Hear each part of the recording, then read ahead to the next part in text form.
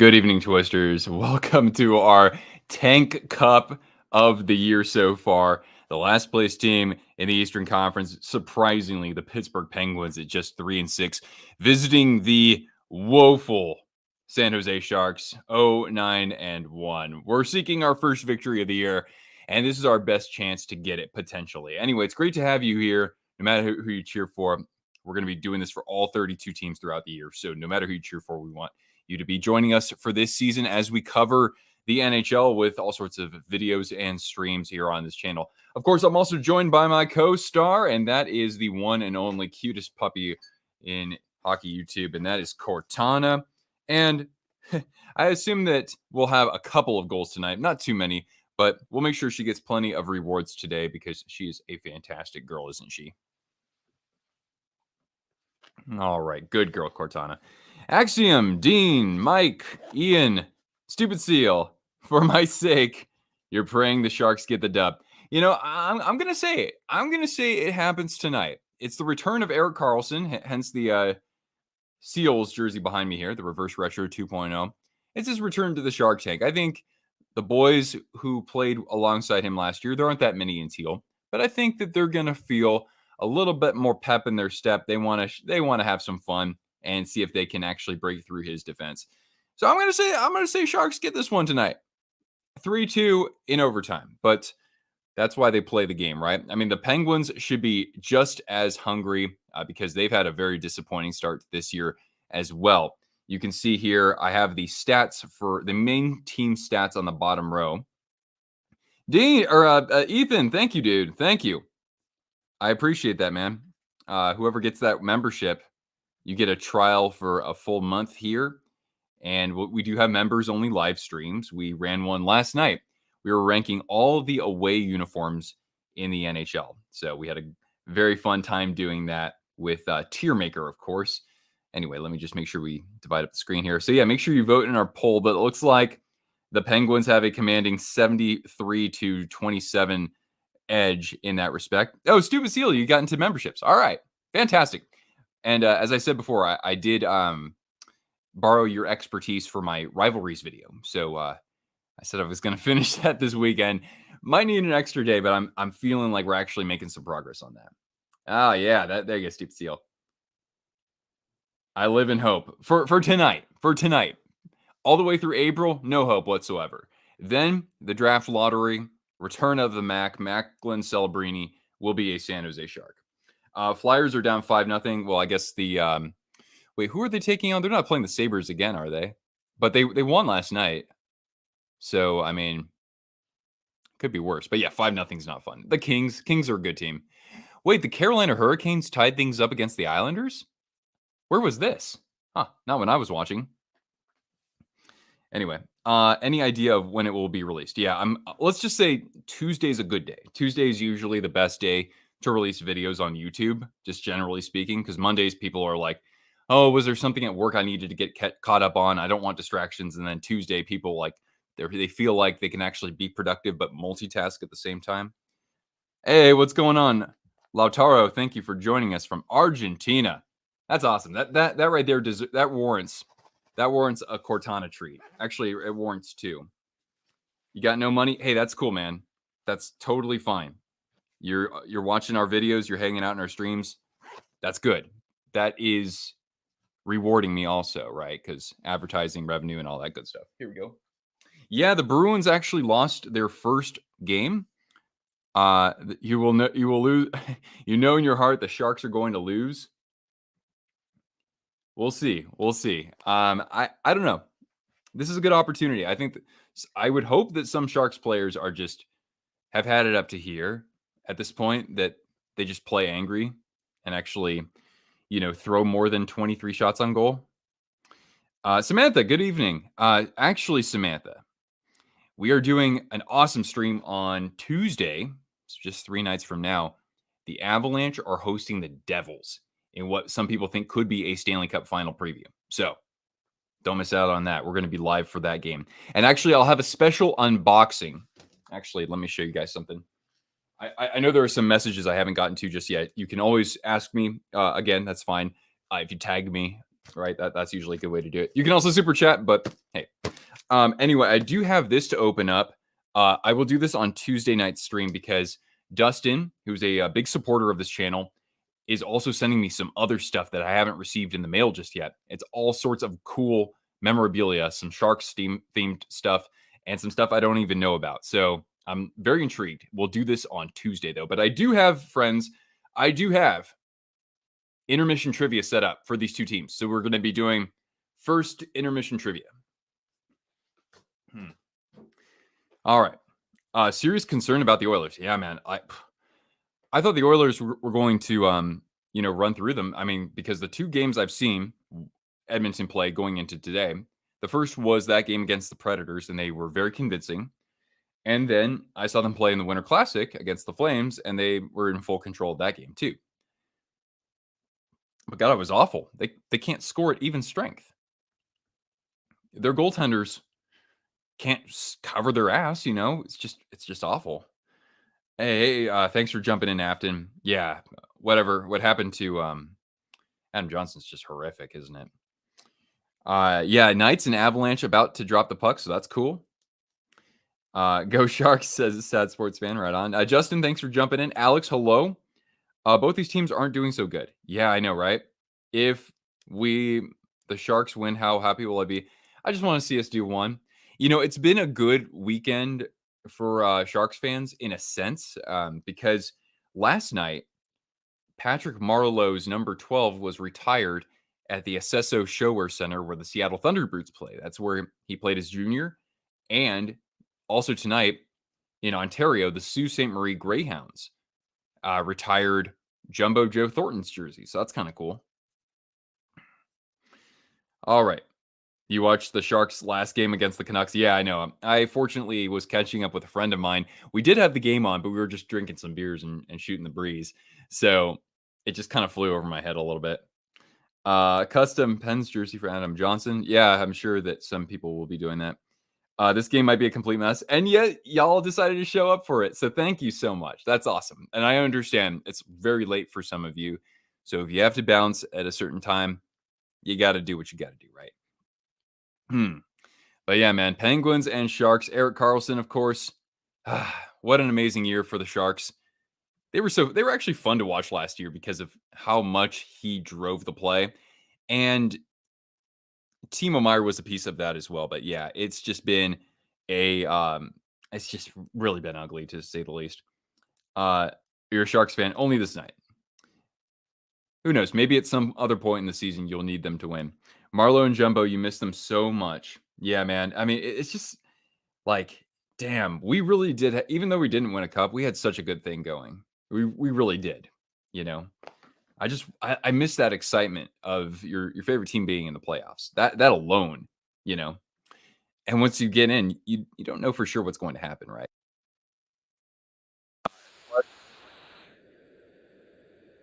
Uh, don't feel like the same teams that played each other in 2015-16. Yeah, I know. A far cry from it. The Penguins have still gambled on that core. And I mean, no matter what their level of success is, at some point that's really going to sting them quite a bit.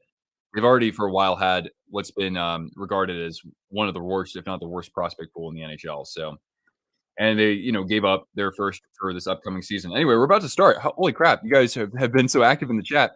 I had no idea that we'd get underway here. Um, so we'll get into the actual game. And yeah, we got 25% or 64% have the Penguins winning. So anyway, they got this out at the San Jose point, but it comes out of the zone. And Erik Karlsson is on the ice. I'm sure that there will be a nice tribute for him. He only played 5 years there, but he ended things very, very well. And here he is in the neutral zone. He takes a little hit there from Duclair, it looked like.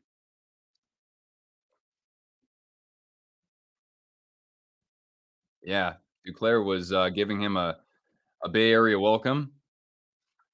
All right. So it looks like there was just a line change. So Penguins. Oh, actually, Zetterlund got a turnover there, but are we going to get a penalty? Duclair for sassing Erik Karlsson is going to go to the box. So the Penguins get a power play to start out. Penguins and Sharks identical 14.8% on the power play. Sharks penalty kill coming in at just 69.2% after being, I think, top 5 last year. Anyway, we can just call this a tie. I mean, I wouldn't mind if it's a tie if it's at least 3-3. You know, the Sharks only have 1 game this year where they've scored more than 1 goal. That's not a lie. All right, here's Karlsson, here's Riley Smith. Down low to Crosby. Oh, cross ice, but deflected. Still alive for Riley Smith. And at the circle, Malkin, he kind of lost sight of the puck, and the Sharks might have a 2-on-1 the other way. Here comes Luke Cunnin. But Luke Cunnin gonna Cunnin. An absolute black hole offensively, and they squander what could have been a 2-on-1. Now here comes Crosby. The the errant recipient of the 2016 Conn Smythe, and now it's worked around the San Jose Sharks net, out to the point, and over to Riley Smith, a shot and a score. A good screen in front. I don't know if that was Gensel there getting in front of the goaltender, but just like that, the Sharks inch closer to Macklin Celebrini. It's 1-0.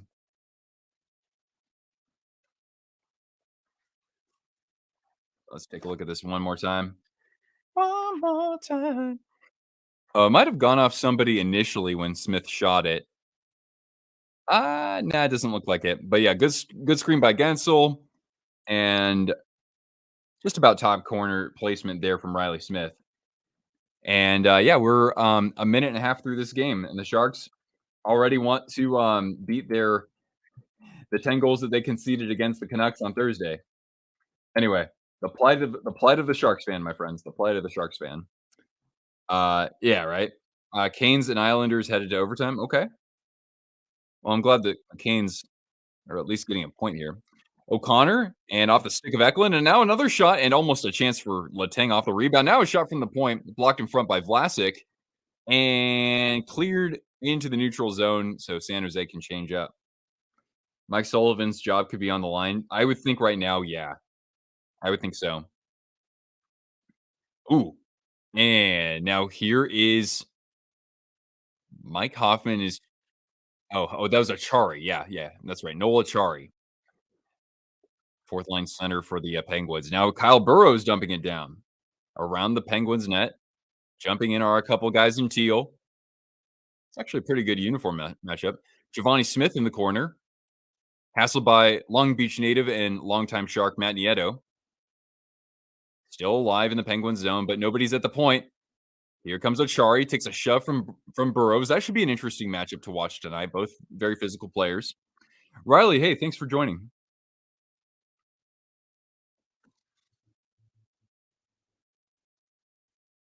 Yeah, you liked Achari? That guy, thanks for jumping in here. And a nice stick check there from Hurdle, and he'll come the other way. Hurdle, Hoffman, down in front, looking for somebody charging in front. I think that was Duclair. Still alive at the point. And now Duclair. And that puck took a bad hop off his stick, and back the other way will come Malkin. And O'Connor dumps it down for Raquel to give chase. And Blackwood's going to just cover this up. Mackenzie Blackwood in net tonight. He was the relief for Kakinen after I think Kakinen gave up 6 goals, and then Mac Black was in the net for 4. Uh,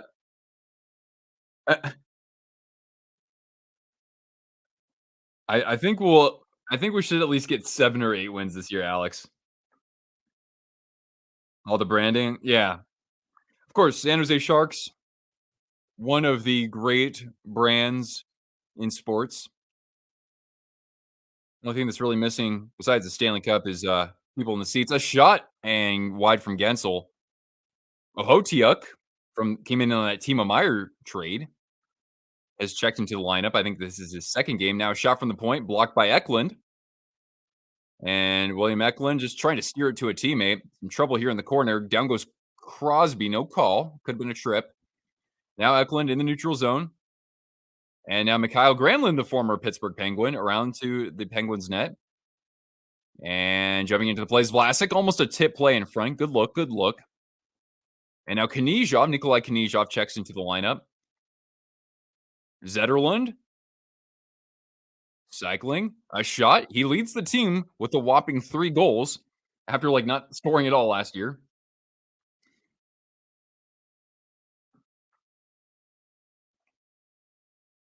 And now Pittsburgh trying to get this clear, and they're having a little bit of a hard time, but it takes a good carom in their favor. Dumped back in by the Sharks, and Jari will play this along. Cunnin getting a piece of it, but Cunnin gonna Cunnin, and the Penguins can come the other way. Here it is, Lars Eller skating in, he shoots, and oh, okay, it's just a puck out of play. I thought they were out offside.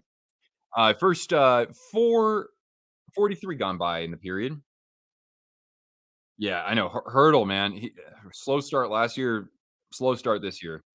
Not like he's working with a whole lot. You sent me a meme. All right. Remind me on the commercial. I'll take a look at it. All right. Both teams with just a shot so far. One shot, one goal for Pittsburgh. That gives you an idea as to how this season has gone for the home team. Now, here's Philip Zadina, who, despite his minus 12 rating, I've actually liked. I've enjoyed watching him, at least in the first few games. Burrows, he's going to have to win this foot race against O'Connor, and they tie each other up.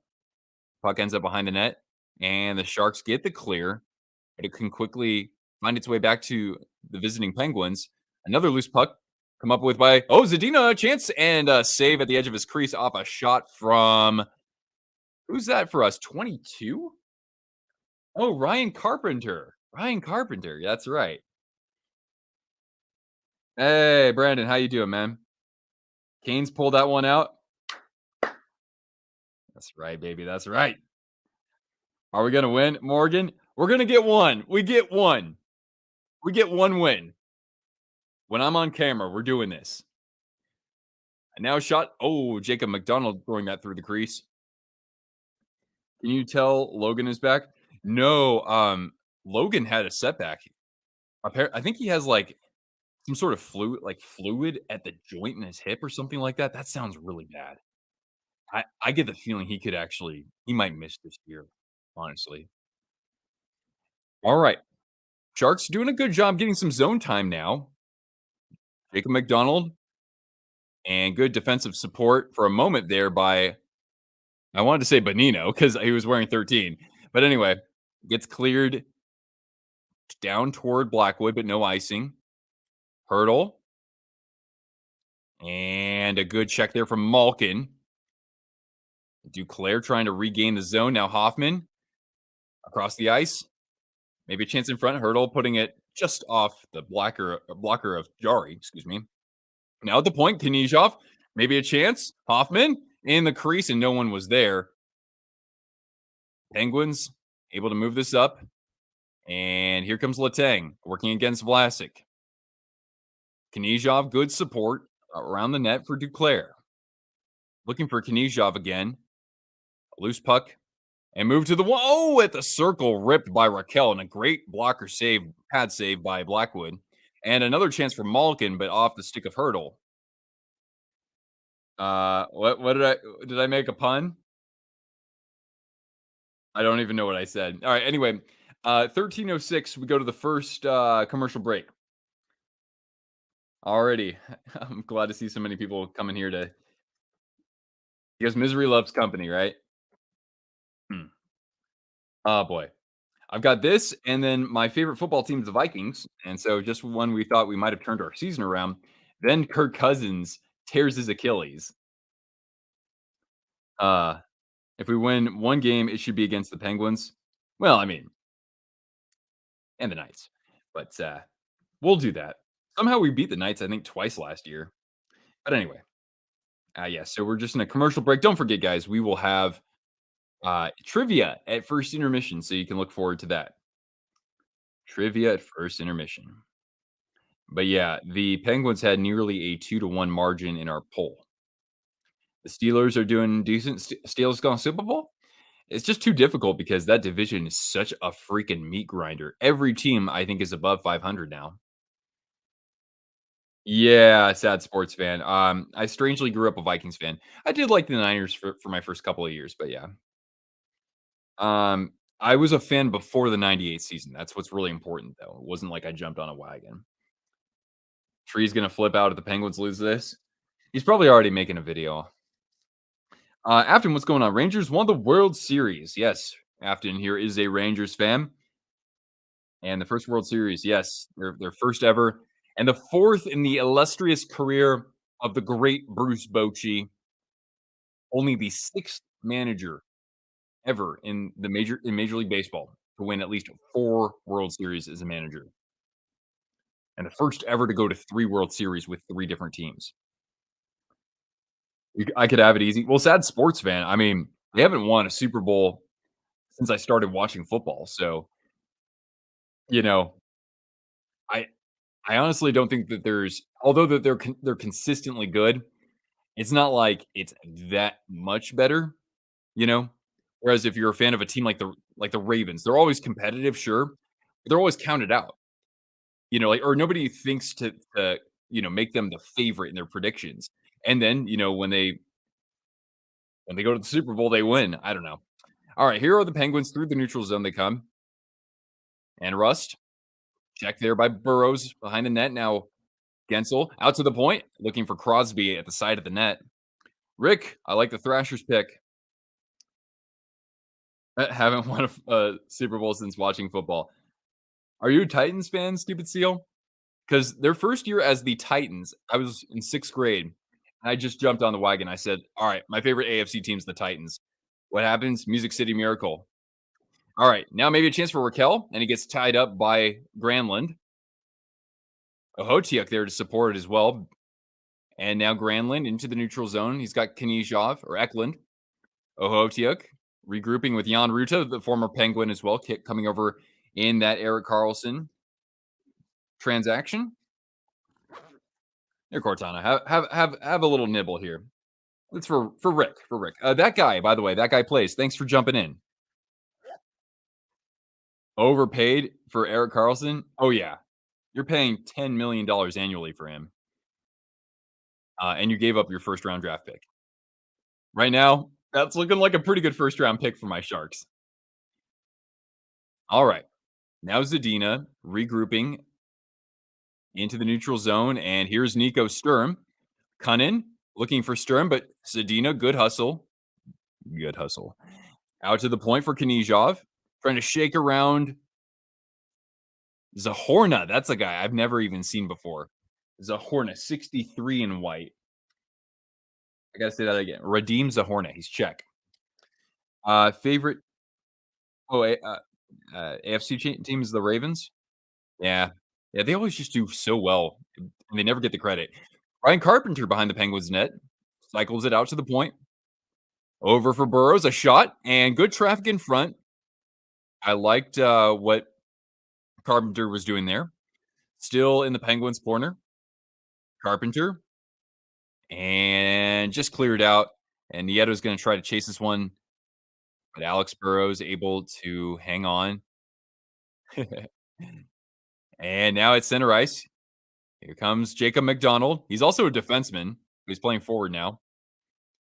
And that's going to be a one and done zone.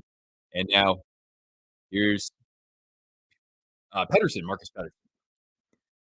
And Hurdle. Good play along the boards to steal things off. Chipped into the Penguin zone by Mike Hoffman. Why? Oh, shoot. Oh, guys, by the way, I'm sorry. Alex, thanks for letting me know, dude. I wish it was 1-0 Sharks. I think it was just it's what we call a Freudian slip. I'm full of them. Cats are coming back 4-2. Come on. Come on, Florida. Connor Bedard, by the way, his 5th goal so far of the season. I mean, hey man, like Connor Bedard, he's on pace for like what? What is it? Their 10th game, 11th game? It's like he's on pace for like 36 or 40 goals. I'd like the kitties to go meow. There we go. All right. Now Granlund and Jari snatches this one out of the air. And he's going to cover it up with 9:52 left here in the period. You guys look rusty.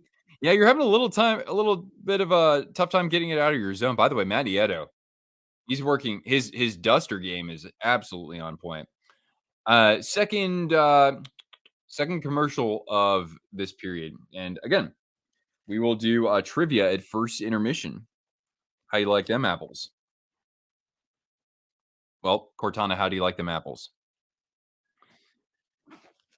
Ah,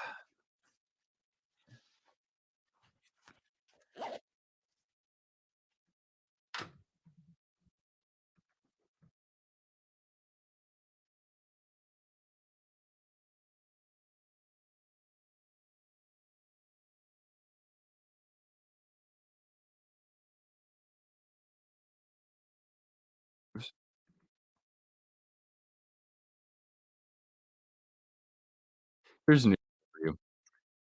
Not a Titans fan. Oh, okay. I'll give you credit for correctly guessing the state you live in with the team pick, but no, fan of the aquatic team from a tropical part of the nation. Okay, Dolphins.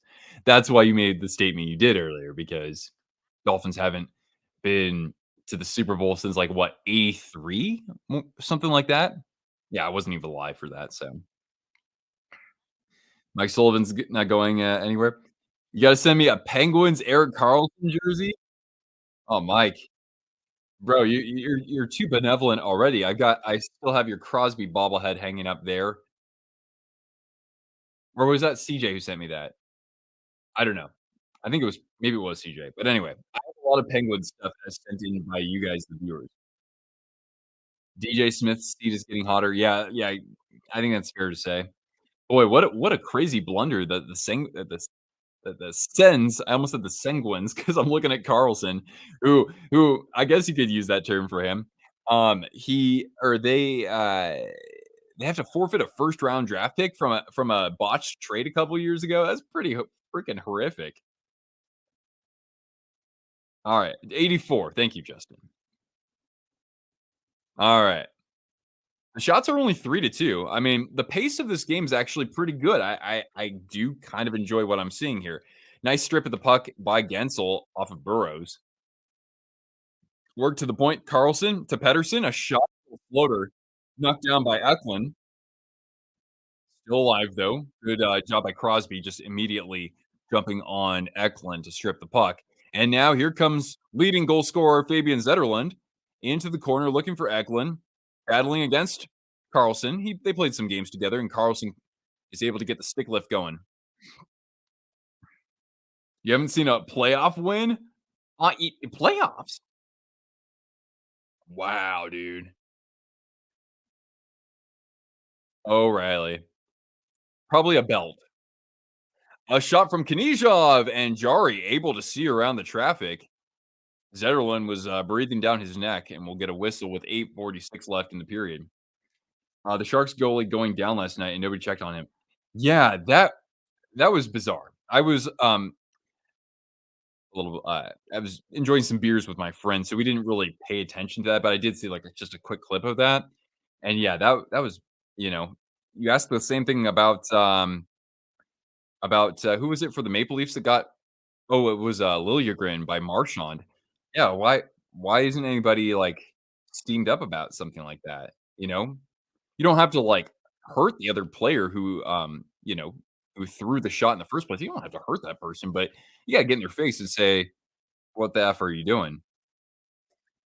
Uh, but yeah, that's a good question.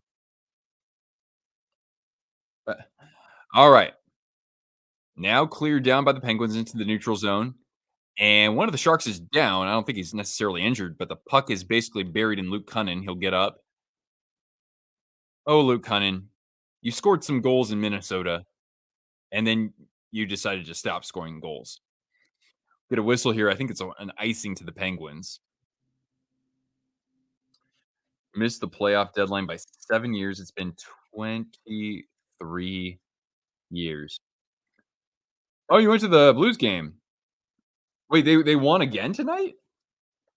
After they just beat the Devils last night? Who are those guys? Wait, holy crap, the Blues. The Blues back-to-back wins, like, consecutive nights, and convincingly over the Devils and then the fairly surprising Montreal Canadiens, John. That's awesome, man.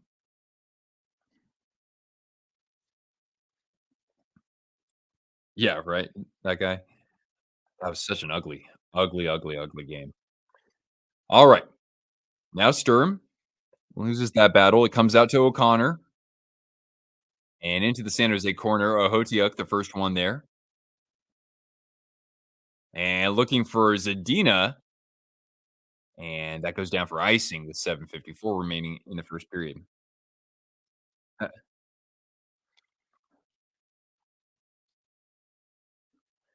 All right. Again. Oh. Oh, shoot. Alex, you think that you're bad luck. That's what the Sharks will do to you, man. Because my friends used to think I was a jinx when we kept getting bounced in the playoffs prematurely. Um, so I don't want you to get down on yourself. Remember, this is kind of the price that you pay for investing in your, going too heavy investing in your veterans. It's good to do that to a certain extent, but the salary cap has caught up with the Sharks, and during that time, they haven't been developing any of their talent, any of their youth. So it was just inevitable. The writing was on the wall. You just picked a bad time you know, to be hopeful initially. So I can't fault you for that, though. We need more people like you who are standing by through the darkest of times.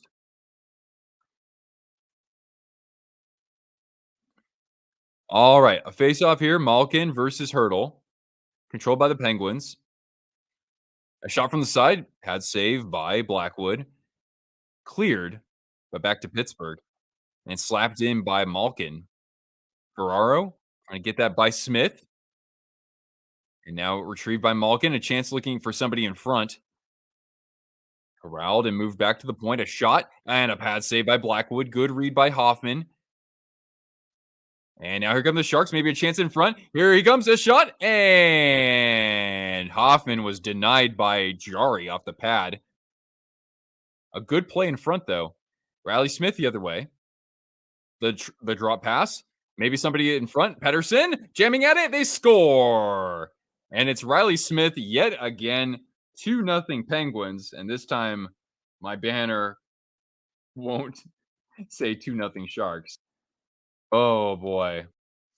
And here they are, the Sharks.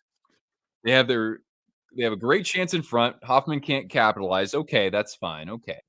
And then the other way, Pedersen under the stick of Burrows, he slides the puck, and Riley Smith just right through the wickets of Blackwood. Oh, yep. All right. Well, guess what? We're only on pace to give up, I think, about 7 goals tonight, not 10. So progress, right? But Mike Thompson here, big supporter of this channel. Oh, shot from Rust and off of Blackwood, retrieved by Granlund, cleared out Zetterlund, moving it down, and a puck out of play. Well, anyway, I was gonna say, Mike here, big Penguins fan, Michael Thompson. A couple of weeks ago, he said, "Hey, can we get a Penguins Sharks game?" That's when Karlsson's returning to San Jose, and I said, "Yeah, yeah, I'll do it." Little did I know that not only would the Sharks be already last in the NHL, which doesn't surprise me a ton, but to be playing the way that they are, and for the Penguins to be in this spot this early in the season, wasn't expecting that per se. But anyway, enough of that. Yeah, the Sharks don't go 0-82. I mean, we'll get the first overall pick if we win 18 games. We can still get it, right? All right, Granlund drop past Zetterlund, back to Granlund. Into the corner, there's Eklund. And looking for somebody in front. And now work to the point. Vlasic, a shot blocked in front. And Karlsson at center ice. Onto the wing for Crosby. A drop pass. Poked away by Zetterlund. Crosby, or Rust, I think, collided with Zetterlund. Now here's Granlund. Working it down low. A chance maybe. Oh, Eklund denied by the pad of Jari. Left for like Shark's gonna shark, man. That guy is entirely right, man. Like, these are the darkest of times. Embrace it. Embrace the darkness, you know? We can't really judge this team until it actually has an opportunity to get through the salary cap hell it's been in. Now a shot from Hinostroza, gloved by Blackwood, and a save with 5:35 left in the period. We'll go to our final commercial break of this period, but don't forget, guys. We got first intermission trivia, so stick around. It's on the Sharks and Penguins over the years. Dark times are coming. Yeah, they probably are, dude. At least you have the hardware. It's been a while for you guys, right? Since you made a run in the playoffs, but at least you have the hardware. There's only one way you can go. Exactly. It's just that for us, rock bottom is going to last at least 82 games. And next year could be more of the same. But then I start to look at like 2025, 26. We'll have Celebrini, we'll have Quentin Musty, we'll have Will Smith to actually support Eklund and Bordelot. We'll have like maybe Muhammad Doolin. We'll have maybe Matthias Havlid, maybe Cam Lund. We'll have maybe Magnus Corona in goal.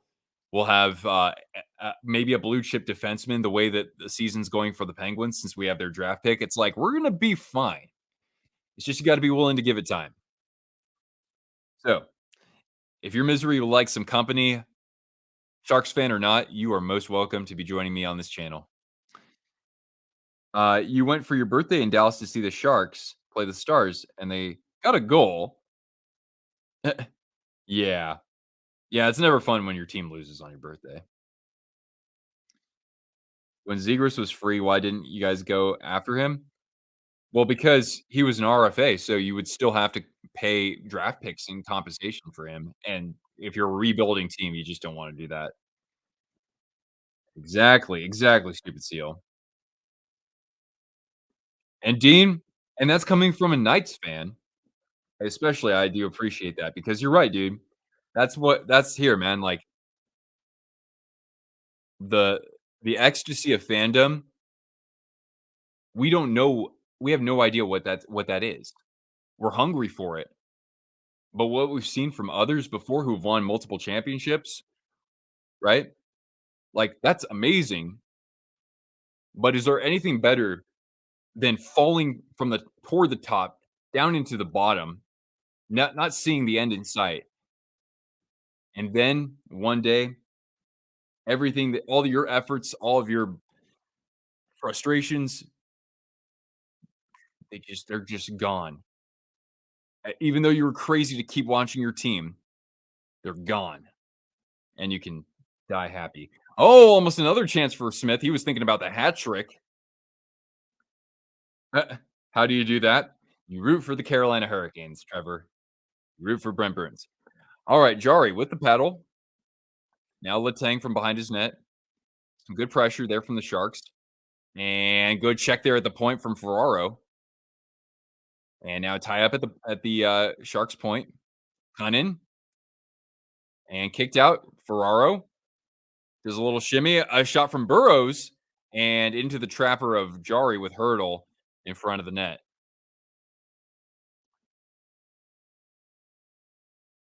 Where I predict the next Stanley Cup for every team. Oh my god. That's actually a fun one. I mean, I've never thought about that before. Sad sports fan. I actually like that. I'm gonna write that down.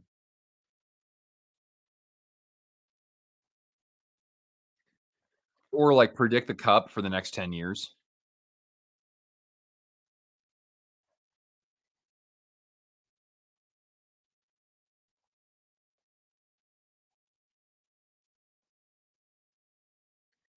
I mean, I could even do it satirically too.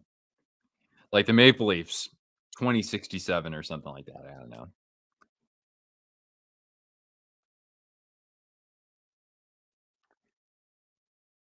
And now at the point, the Penguins into the slot, and Carlson gets stripped eventually. And now the Sharks have an odd man chance because Carlson had been a little bit too aggressive, but the Penguins maybe something the other way.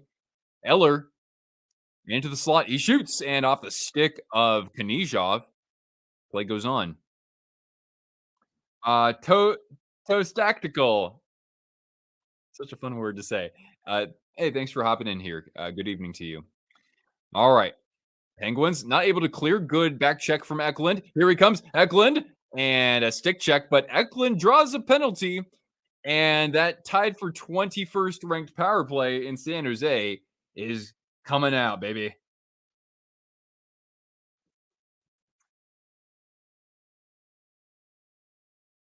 Shark Tank looks tiny. Um, I mean, obviously, it's very empty these days.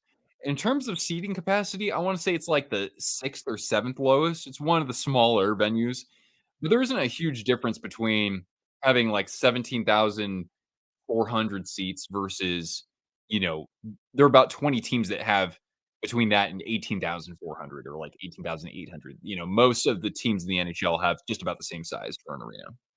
Alrighty, here we go, baby. Sharks power play. Hurdle in the circle against Achari. Well respected penalty killer wherever he's gone. Boston, Florida, Toronto.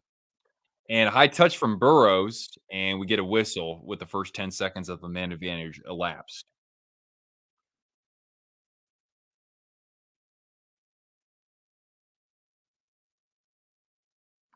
Bruin, good evening. Sorry that you guys actually took one on the chin in regulation, but hey, you'd rather that kind of thing happen now, right? You want those moments where you can reflect on where your team maybe went a little wrong. And sometimes it's just bad puck luck. But anyway, Bruins still off to a terrific, tremendous start. At the point, and worked to the other side for Duclair, down low, and now Eklund, good check there, and moved out to Burrows at the circle for Duclair. The Duke to the point, and the Sharks just passing the puck around and not giving a crap about trying to actually throw something on net. A shot from Duclair, and still alive in front. Eklund trying to pop it in, and we get a whistle. That was a decent chance. Chari played for the Blues. Okay, okay. A mystery jersey coming in. Oh, all right, man. Well, what team do you want it to be?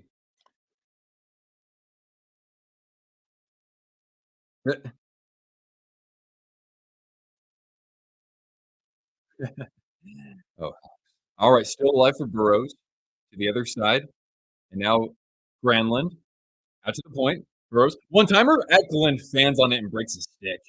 Damn. And now a trip though. Marcus Pedersen, you can't do that, my friend.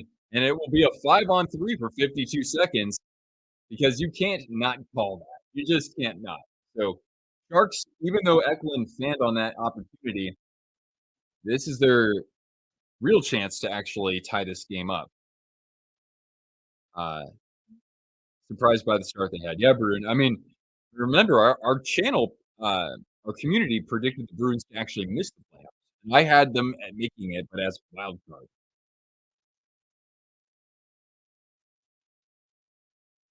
What's going on with the Jets and their attendance numbers? Yeah, I know, right? That almost seemed to just happen overnight. It seemed. I know that like last year it became an issue, but anyway. Actually, you know what? Tonight it's not by any means a sellout, but the tank looks a lot better tonight. Probably because you have a lot of Penguins fans there. I've seen them in person. Good. It makes for a really good crowd. All right, now Granlund. The Sharks regaining the zone because they lost the faceoff, and at the point, out to Burrows. He's able to barely keep that in. Kyle Burrows, Granlund down low, moved back out to Granlund, down low. Eklund behind the net, moved over to Hurdle, back to X. Hurdle, one timer, Burrows, and in the pads, and a chance that gets cleared down by the Penguins. And now 15 seconds left in the 5-on-3. Some good puck movement. Toast Tactical. I am a Sharks fan. And maybe a chance Eklund. Oh my goodness. And he telegraphed that pass to Hurdle. Otherwise, that's just pick your spot. And this penalty winds down, but the Sharks still have a power play for a minute 5. Granlund, a shot, and that goes just wide. Duclair off the rebound. Move back out for Mikhail. And down for Hurdle. Eklund a one-timer, and he wanted to redeem himself, but that shot went too wide and rimmed all the way down behind Blackwood with 50 seconds left on the power play. It's bad. Very bad. Like, starting to look like the COVID season again. Okay. All right. Now Rust and Hoffman able to poke that out to Jacob McDonald at the point. Back to Hoffman. Around for Cunnin. In the corner for Zadina. Back to the point for McDonald and his skates, and Zadina able to come to his teammate's aid. Maybe a chance here. Oh, and the Sharks are not thinking about shooting. They just want to make the pretty pass. Often, double teams. Still down low, though. Cunnin. 15 seconds left on the power play. Here's Zetterlund. And a stick comes out of the hand of Rust. A shot and a blocker save from Jard. Big time stop. And cleared. No, still in the zone. Hoffman still has it. The penalty expires.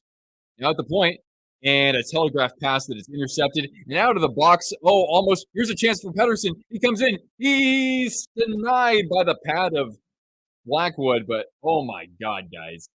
Just like that, it was nearly 3-0. We got 25 seconds left in this power play. Bizarre, what's going on? Is she looking at the TV? No, actually, she's looking at me because I have all these treats, and every time there's a goal, she gets a treat.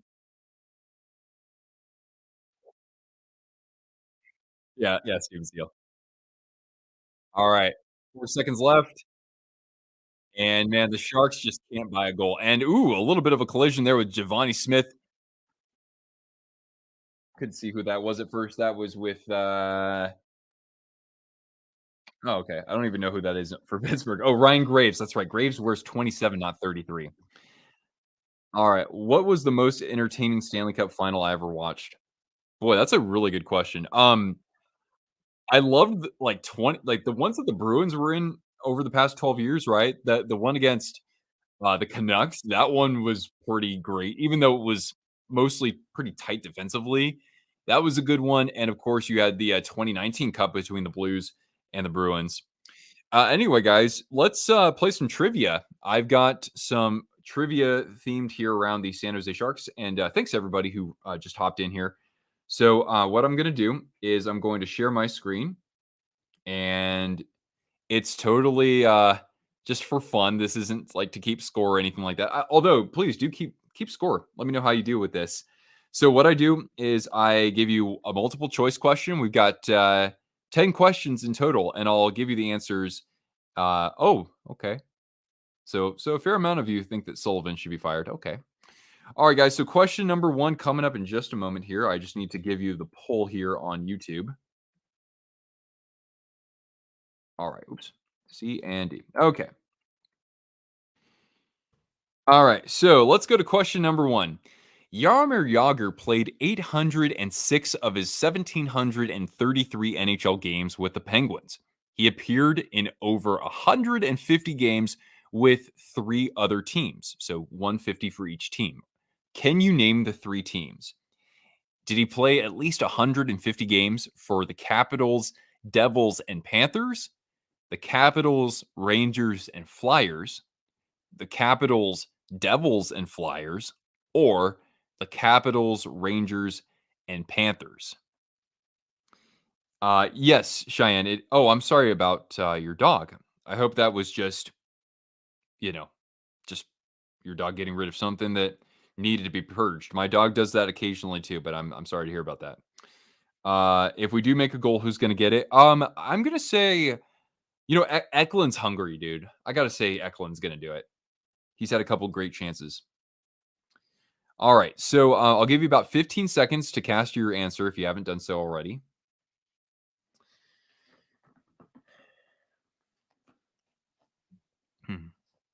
Oh, Dustin, thanks for jumping in. Yeah, that guy. I think that somebody needs to drop the gloves. Giovanni Smith would probably be the most likely. Greatest upset for the cup I've ever seen? Ooh. The greatest upset for the cup. Probably the Kings over the Devils. That Devils team wasn't all that great, but the Kings were an 8th seed. All right. Let's reveal the answer in 5, 4, 3, 2, and 1. All right. So then, my friends, Jaromir Jagr played at least 150 games with the Capitals, Rangers, and Panthers. He also played 139 for the Devils and 73 with the Flyers. Yep. Jagr was a Panther for a couple years. So only a couple of people seem to get that one right. And yeah, these can be pretty tough, guys, but it's just for fun. All right, so we'll go to number 2 in just a sec here. Let's see. A, B, C. All right, here we go, guys. Question number 2. Which Pittsburgh Penguin has the most career goals against the Sharks? Is it A, Sidney Crosby, B, Mario Lemieux, C, Yevgeny Malkin, or D, Kevin Stevens? Yeah, Bruin. Yager only played 73 games for the Flyers. I was a little bit surprised it was that few. Not too many people remember he also played for the Dallas Stars. Who has the most goals against the Sharks in a Penguins jersey?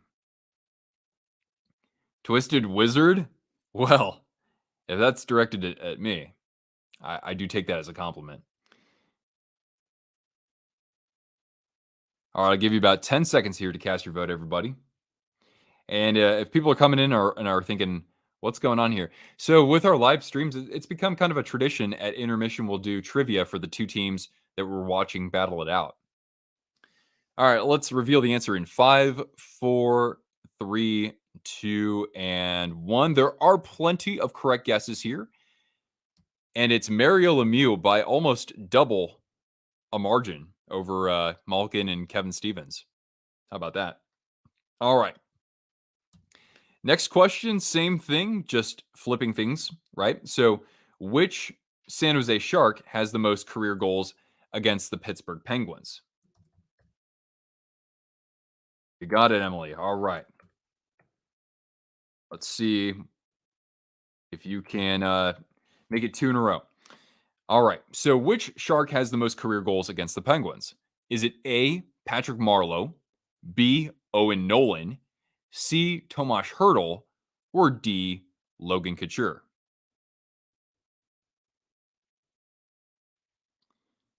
The Sharks are quick. Yeah, the Sharks are playing at least with some urgency. It's not a perfect game by any means. I mean, God, Pedersen nearly had a shorthanded goal. Riley Smith almost had a chance at a hat trick already.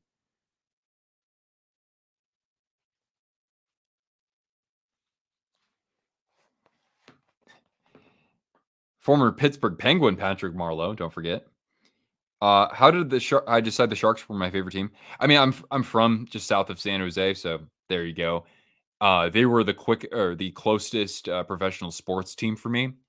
And my favorite animal as a kid were sharks. And then my dad's like, "We're gonna go to a hockey game," and I'm like, "Oh, like in the Mighty Ducks?" He said, "Yeah, we're gonna go watch the Sharks." I'm like, "Sharks? There's a team called the Sharks?" Yeah, easiest decision of my life besides adopting Cortana, right, girl? All right, I'll give you 10 seconds here. Cortana's gonna get a treat. Yeah, it's a good girl. All right, let's see how you guys did. All right, the answer to question number 3, and more than half of you got it right. It is Patrick Marleau. So yeah, it was Marleau and Lemieux for Pittsburgh. That's pretty straightforward, right?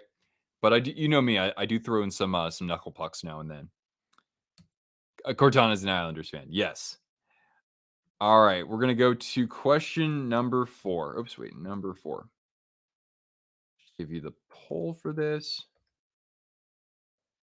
Question number 4. Which player has not played for both the Sharks and the Penguins? So, what I said here is that 3 of these 4 players have played for both the Sharks and Penguins. But which one has not played for both of them?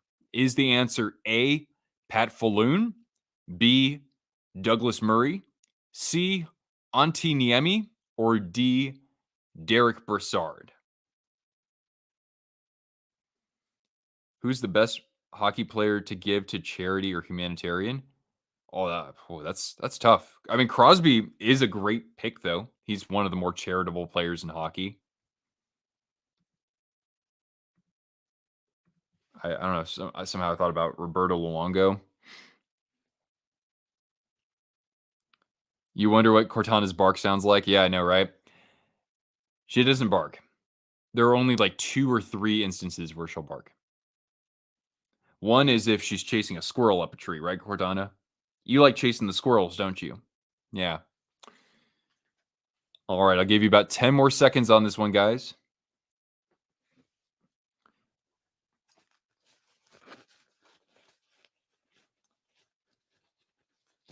Uh, you have not heard of A or B? Yeah, A is definitely before your time.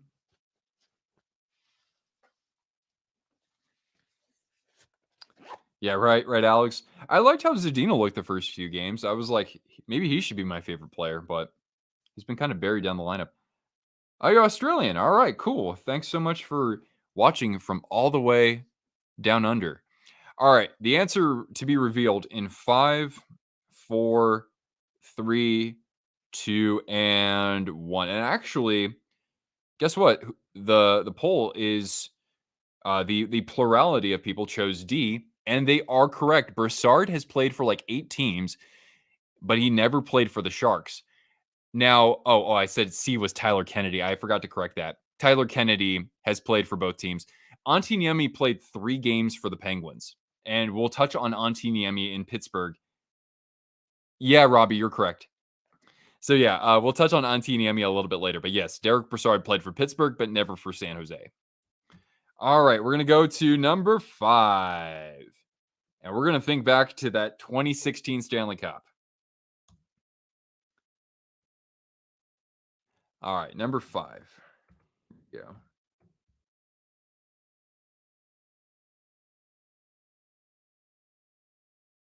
All right.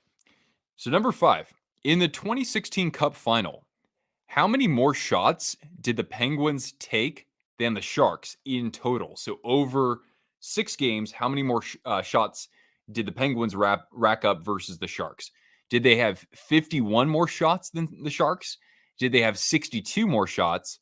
Did they have 67 more shots? Or did they have 78 more shots? Oh, Hawks win. Congratulations, Nick.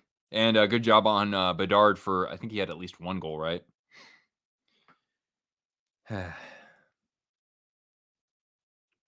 And don't forget, guys, this was the first year that Peter DeBoer coached San Jose. And don't forget, the Penguins had fired their coach, and in December, I believe, had hired Mike Sullivan or named him the interim head coach. So both teams were not, you look at the start of the season, neither team was supposed to be anywhere near the Stanley Cup final. I'll give you about 10 more seconds on this. Xander, hey, what's going on, man?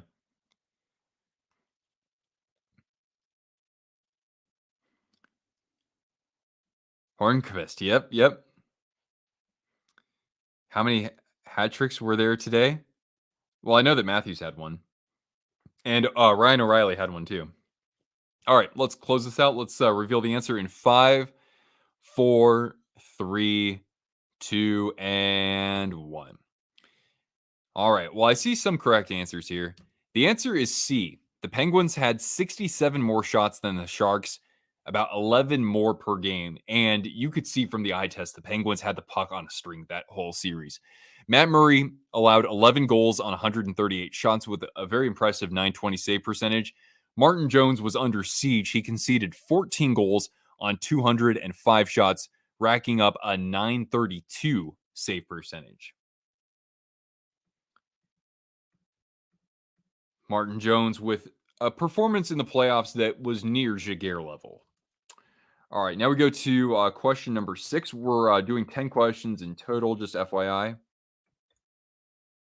And this might bleed into the second period, just FYI, because I like to make sure I give people time. Okay, here we go, guys. Which Sharks and Penguins players led their team in points during the Stanley Cup final? Not the playoffs, but the Cup final. Who was the leading point scorer for Pittsburgh? Who was the leading point scorer for San Jose? Is it A, Phil Kessel and Joe Pavelski? B, Chris Letang and Logan Couture? C, Sidney Crosby and Logan Couture? Or D, Phil Kessel and Jonas Donskoy? Emily's already 3 out of 5. All right. That's pretty damn good. Matthews has 3 Hatties already. For some reason, I thought he already had more.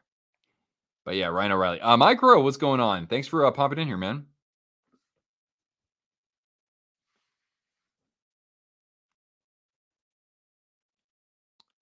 Alex, at that time, Pavelski was the captain, just FYI. Pavelski was captain from 2015-16 to 18-19.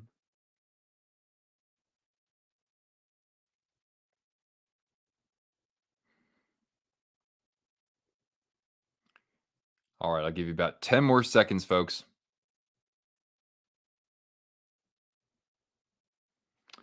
Oh, wait, do I see a Dinas Zubris post? Your family was standing behind Zubris' parents in line. Oh, man. I know, Xander. I'm glad it was a night game. I just woke up the next day and I was like, well, it is what it is. That's right, Micro. You're correct. All right, let's reveal the answer. Looks like we have a range of opinions here. We'll close this out. All right. So, which players led their respective teams in points during the final? The answer is actually B. Chris Letang and Logan Couture. Letang had a goal and 4 assists. Couture had 2 goals and 4 assists, and he led the entire playoffs in scoring with 10 goals and 20 assists in what goes down as one of the biggest Conn Smythe snubs in Stanley Cup playoffs history. All right. Oh, yeah, that's right. You do have a league in Australia. I've watched a little bit of New Zealand hockey because I've never been into Australia. I've just been into the airport a couple times, into Sydney and Brisbane. Okay. I'd like to go visit at some point, though. All right, let's go to question number 7. All right. Patrick Marleau, one-time Penguin and also longtime Shark. Patrick Marleau was once traded from the Toronto Maple Leafs to the Carolina Hurricanes, a deal that gave the Hurricanes Toronto's number 1 draft pick the next year. Who did the Carolina Hurricanes draft with Toronto's pick? Is the answer A, Sebastian Aho, B, Jack Drury, C, Seth Jarvis, or D, Jamison Reese? So what I'm saying here is that the Leafs were so desperate for cap space that they bought out Marlowe's contract. Well, I mean, they traded him to Carolina because Carolina had the cap space to buy out Patrick Marleau. So the Carolina Hurricanes did the Leafs a big favor, and in exchange, they got a first-round pick from Toronto. So who did the Carolina Hurricanes draft with that pick? I'll give you about 20 seconds. Bloop. Ooh.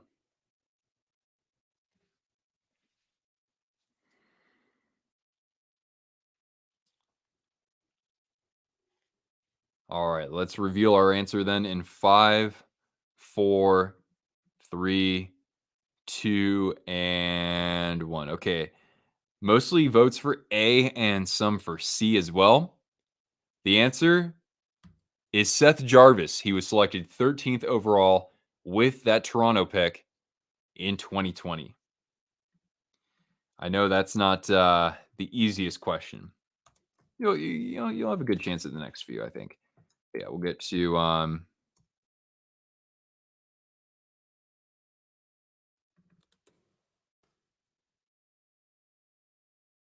right, here, I'll put up the answer or the question in just a second here. I just wanted to update my banner.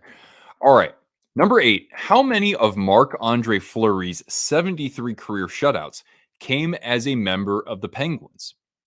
Is the answer A, 44, B, 48, C, 51, or D, 57? Marc-Andre Fleury had still has 73 career shutouts. How many of those came as a member of the Penguins? John's 4 of 7. All right. I think that's pretty good, John. Oh, is that right, Micro? That's interesting. And speaking of those two teams, the Avs and the Devils, and what could be a 2024 Cup final, that is our game on Tuesday. We'll be doing play-by-play and a special unboxing for that as well. It's already starting? Okay. Well, I'm gonna finish up trivia. We're gonna do this quickly, guys, and then we'll get back to the game. All right. So take 10 seconds if you haven't already, and then I'll reveal the answer here. Yeah, I had no idea that my trivias take this long, but oh well. I want to make sure that people can actually answer the question. All right, let's reveal the answer in 5, 4, 3, 2, and 1.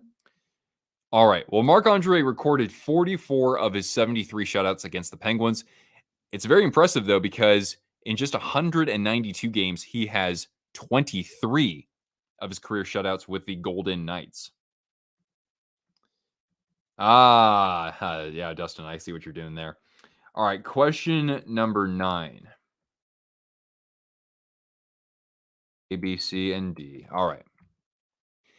Which team did the Sharks goaltend? Yeah. Which team? Okay, I should have just said it this way. Against which team did Sharks legendary goaltender Yevgeny Nabokov score a goal against in 2002? Did he score a goal against the Blue Jackets? Did he score a goal against B, the Canucks, C, the Wild, or D, the Predators? Yevgeny Nabokov, one of those legends who has scored a goalie goal. Who did he do that against? It would be a Christmas miracle, an early Christmas miracle. It would be an early birthday present for me because I don't know if they can even win one of their next 4 or 5 games. All right, I'll give you 10 seconds here, guys.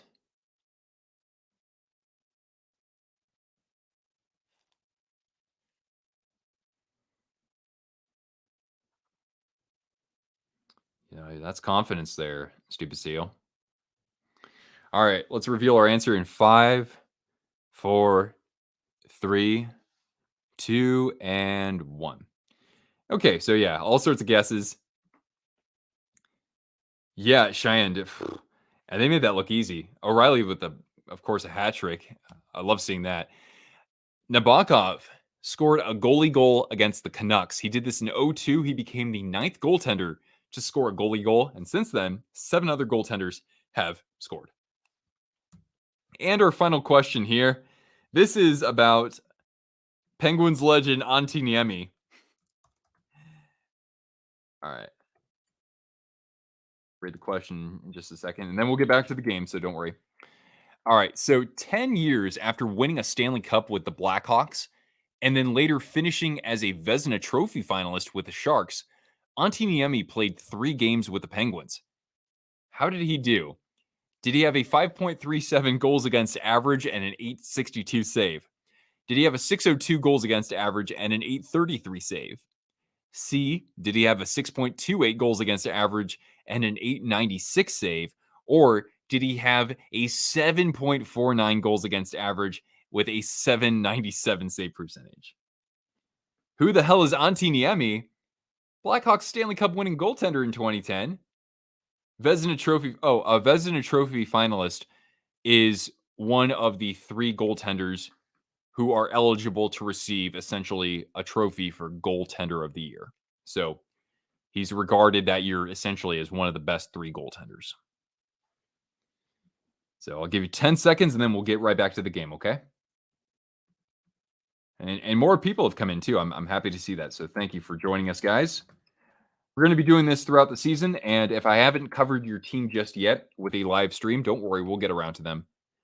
All right, let's close this out then in 5, 4, 3, 2, and 1. Well, I don't see it in the poll, guys, because Antti Niemi, look at that. In 3 games, he had a 7.49 goals against and not even an 800 save percentage. Then he had 2 more bad games with the Florida Panthers, and yet he rebounded pretty nicely with the Montreal Canadiens at the end of his career with a 3.10 goals against average and a respectful 909 save percentage. All right. So anyway, thank you so much for doing that, guys. And if you're having a good time with us, please do ding the thumbs up because that does help others like you discover our channel. All right, now we can actually get back to the contest.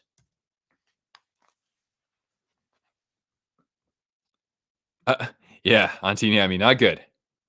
Just a little fall from grace. Okay, we only missed 3.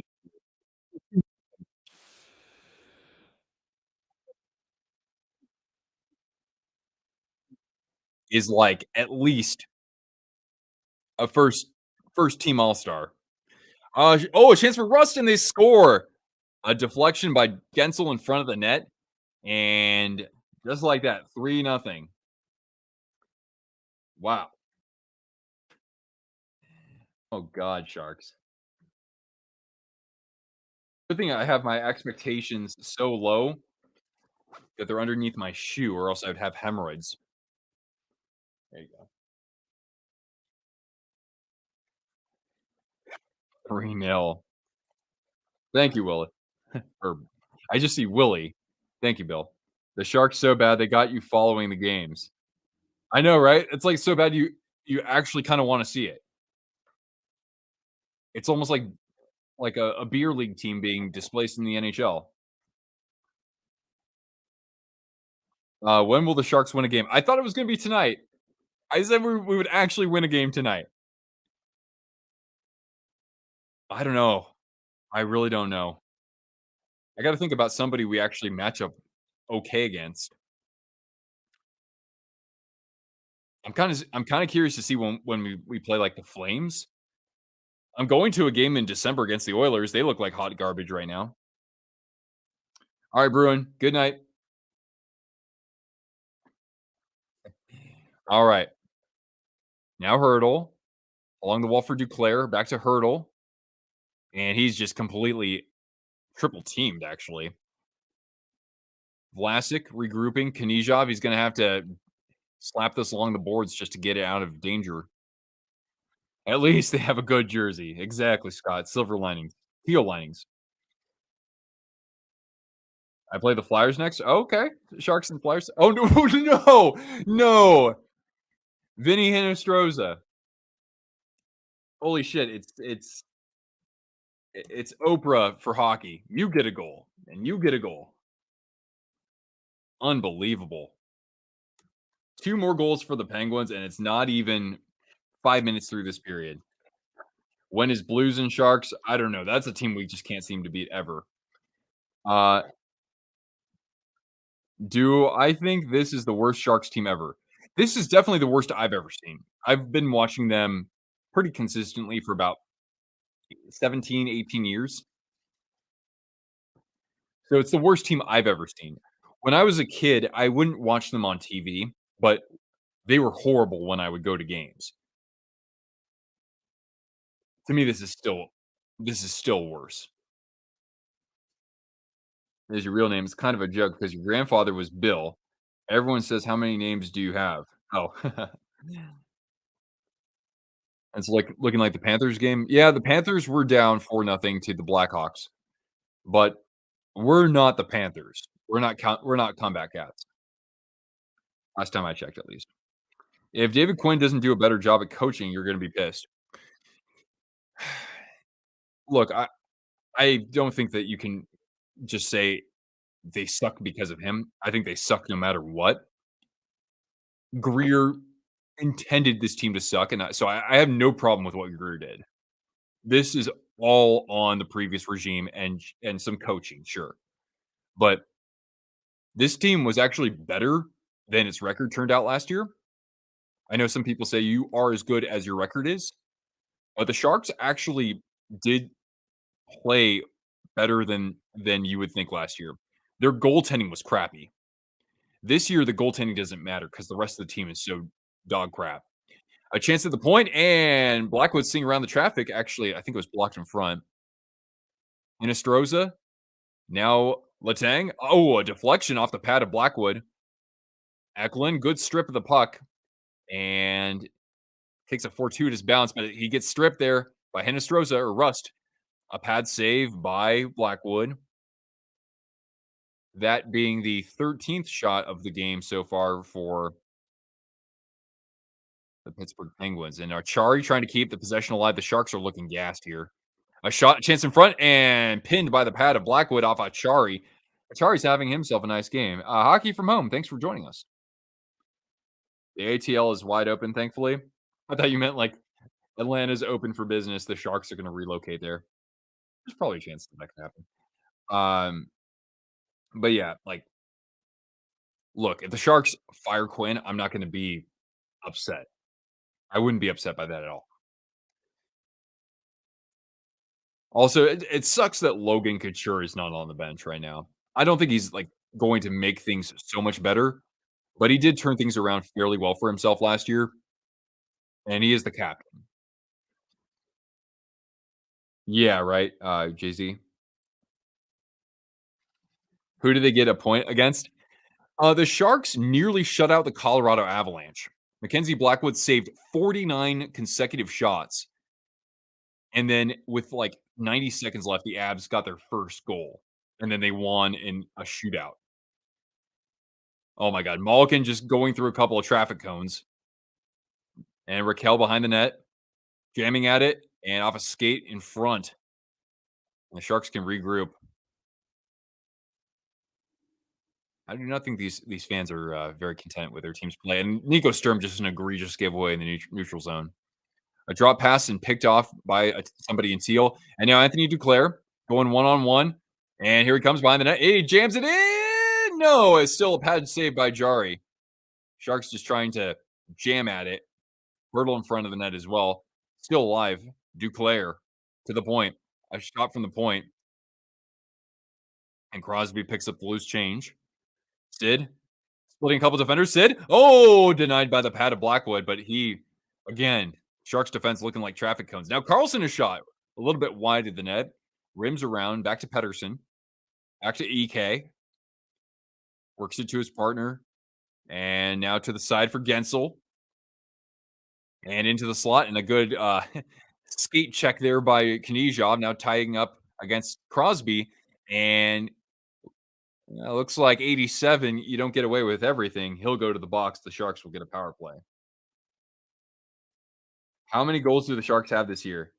So far, through 10 games and a period and change, the Sharks have 10 goals. Yeah, yeah. Jay Z, Xander's correct here in the chat.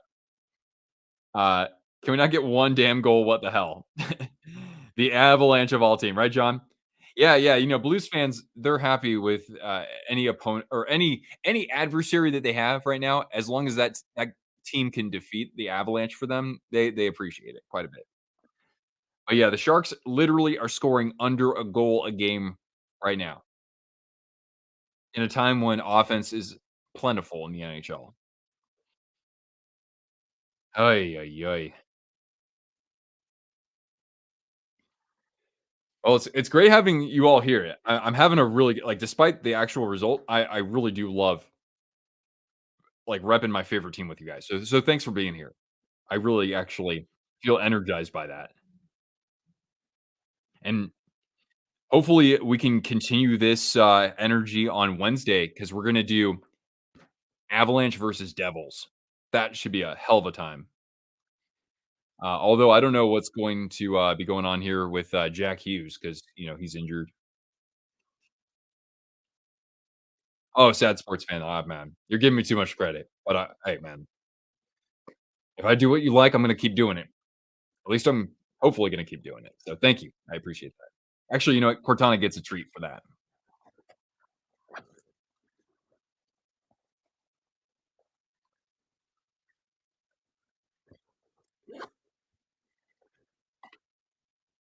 They must have a horrible plus minus. Oh yeah, John. It's not even close. I think Calgary's the second worst, and the Sharks are like 13 worse than they are, or something ridiculous. Sidney Crosby, by the way, he's in the box, but I do want to credit the dude for skating in his 1,200th career NHL game. I think he's like the 129th player to reach that milestone, or 130th.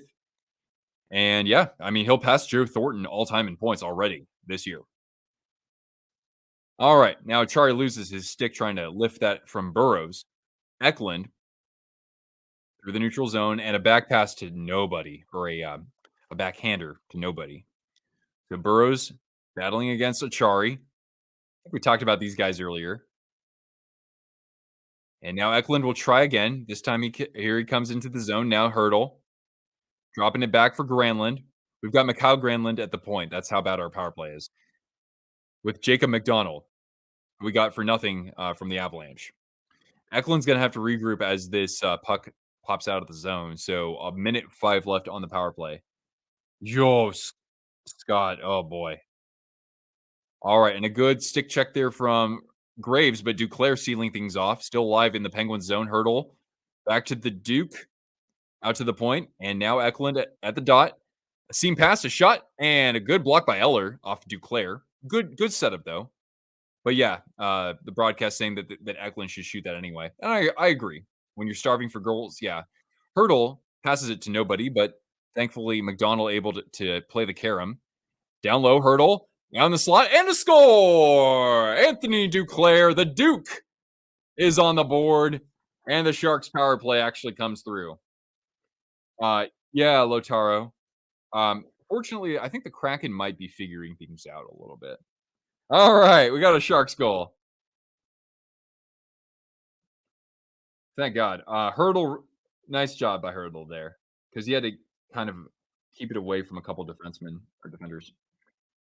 All right, so our power play, strangely, is one of the things we don't do terribly, terribly. We'll give Cortana another treat. A little bit more apple there, Cortana. The Duke, minus 38, baby. Woo! We're just chipping away, right? Hurdle gets the primary assist. The other assist goes to Jacob McDonald. And now worked down behind Jari, but this will go for icing with 11:02 left in the period.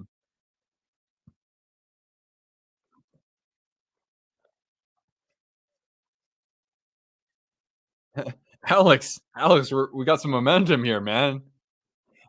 We have one unanswered goal on our 14th shot of the game. That's right, Axiom. I mean, I've always liked Duclair.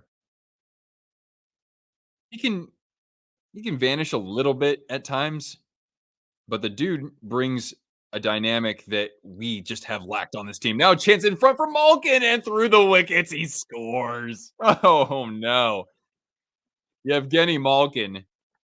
God, and the misery continues at the Shark Tank. Oh my God, Danelle. Hey man, good evening. I'm sorry that we look like peasants against the Penguins.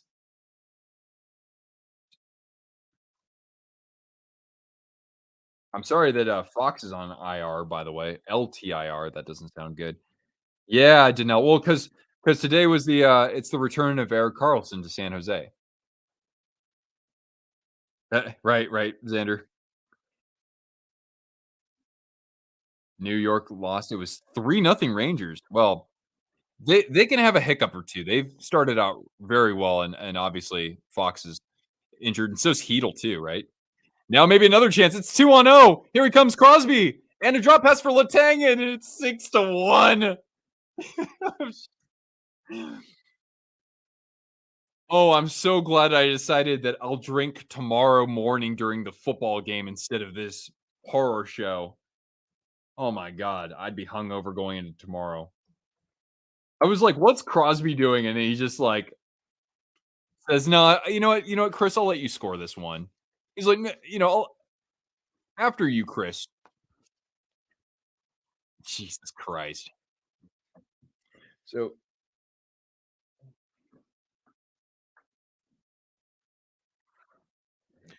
Magnus Krona is about to make his NHL debut. Out comes Blackwood. 6 goals against in the first 30 minutes of this game. Magnus freaking Krona, let's go. Magnus goddamn Krona. Come on.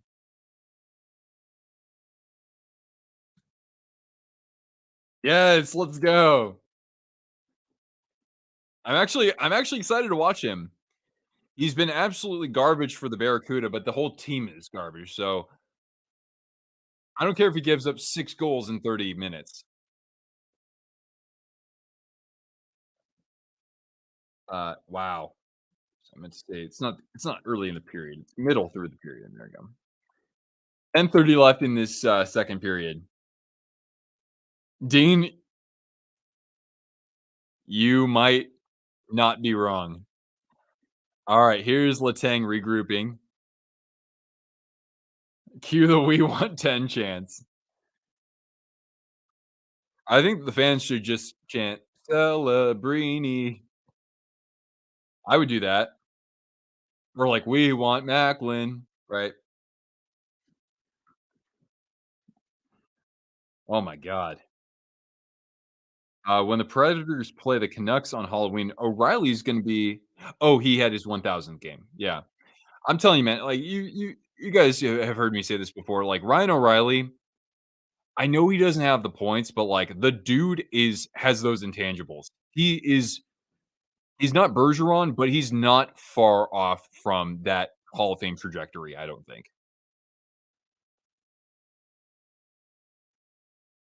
Predators had Mark Delgado.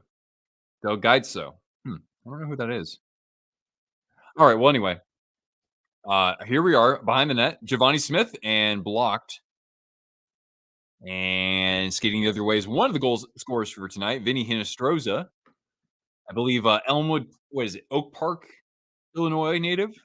No, he's from Chicago, basically. And now cleared out by the Sharks. This will go down toward Jari, but not icing.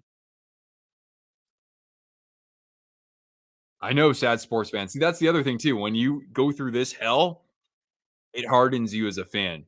You become numb to this. I'm that dumb. Pedersen regrouping and a stretch pass and a chance in alone. What is the Sharks defense doing? Good save by Krona, by the way, because that was a fairly high danger chance. And now the Sharks can come the other way. Nico Sturm, who had just a horrible giveaway earlier, he shoots and Jari into the breadbasket. Mike with the dono. Break out the dono jingle. It's commercial break. All right. All right, here we go. We're gonna do the Cortana. We're gonna do the Cortana jingle. All right.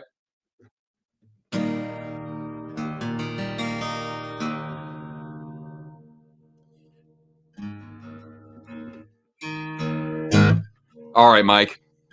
For your donation, Mike, you get the jingle. Who's that lying down beside me with those floppy ears? It's Cortana, she's been my best friend for all these years.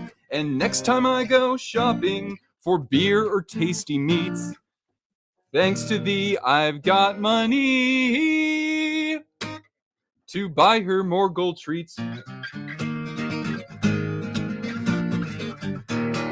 All right, thanks, Mike. Let's give Cortana some more treats. Ah. Oh boy. Hey, at least Magnus Corona though. At least he did his job. Uh oh my God, Knights are on top of the Avalanche 2-0. Oh boy, that's the game I would be watching otherwise. That's right, John. Ryan O'Reilly, a Conn Smythe winner, a Selke Trophy winner, a captain for a few years. Thanks, boys. Thank you. You're gonna give up on the Sharks? Whew. I will be. I will be your therapist, your Sharks therapist, essentially.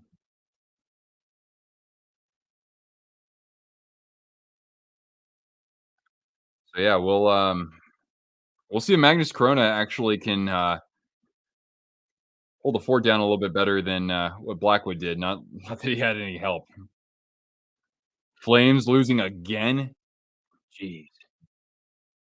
What is yeah, those Flames are just a mess, man. Like Huberto, I know that I think Hockey Psychology made a video about him recently, but like I've seen a couple of Flames games and Huberto is just a passenger, dude. All right.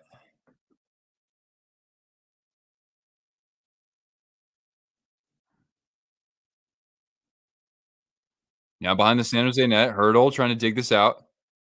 Moves it up. McDonald. And into the new oh, here comes McDonald. A good back check from Hinostroza. McDonald almost had a chance to let that fly. Still at the point. Now Ferraro, a shot. And a good tip play set up in front, but it was off a stick or a skate or something.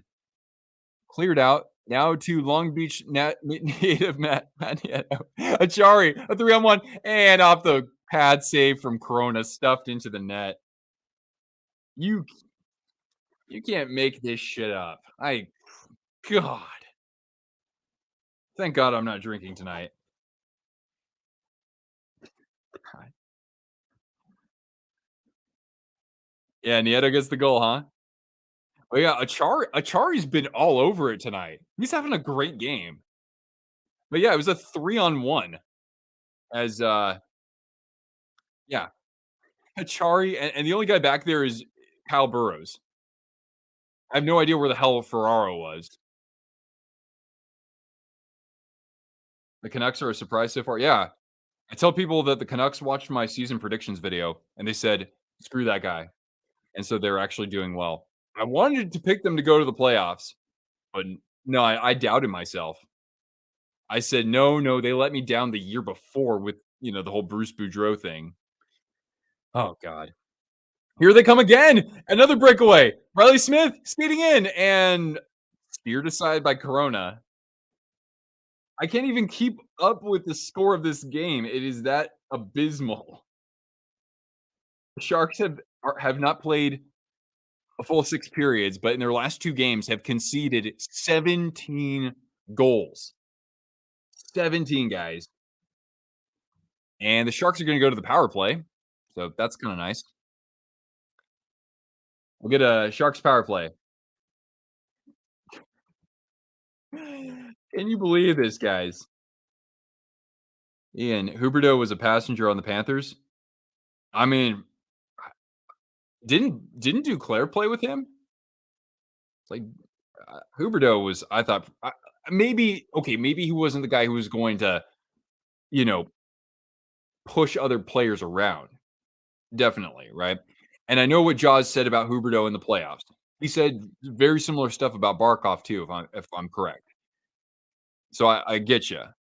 But like in the regular season, when you have an MVP caliber year, just because you get traded doesn't mean you can't still be an all-star caliber player, and he's not even close to that.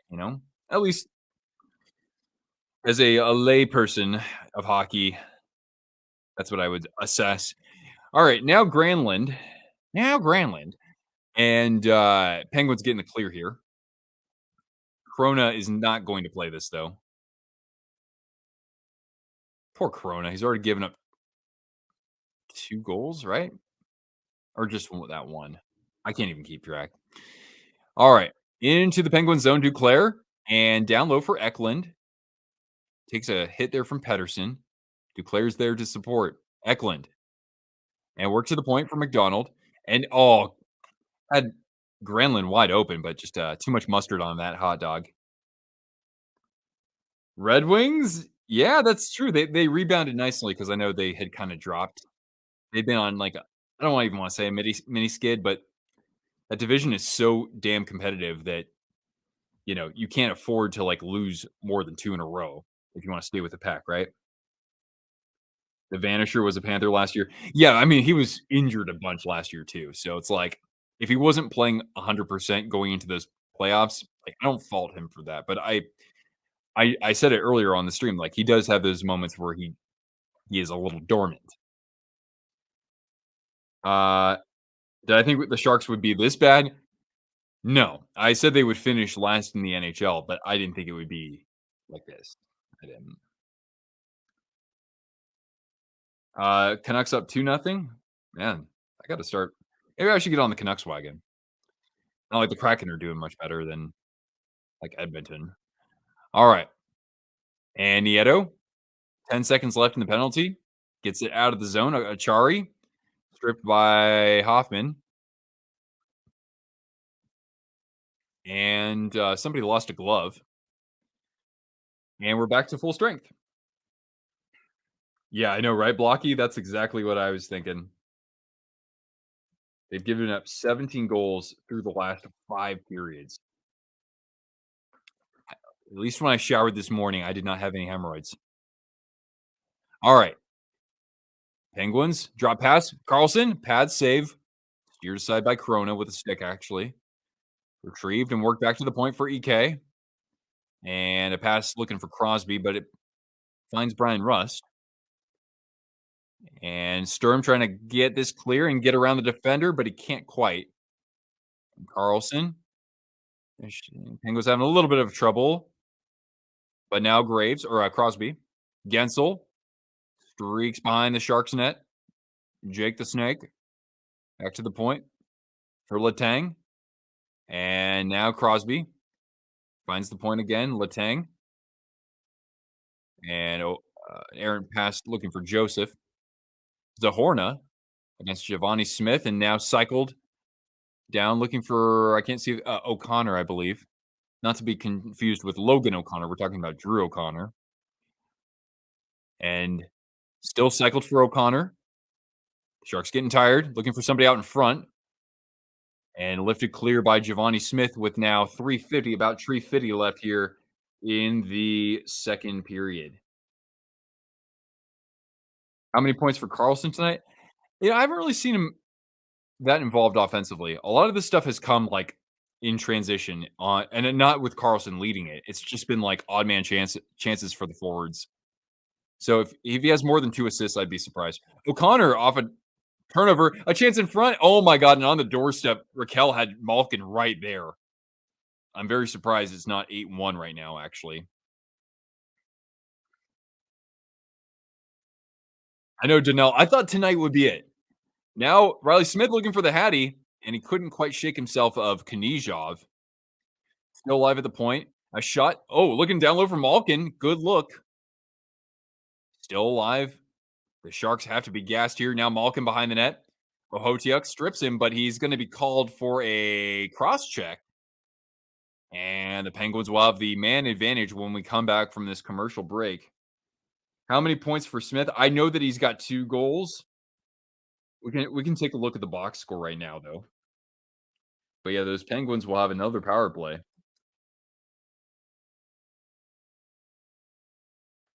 All right. So to answer your questions on the box score here, take a gander as we are in a commercial break. God, thankfully, the Sharks don't have to.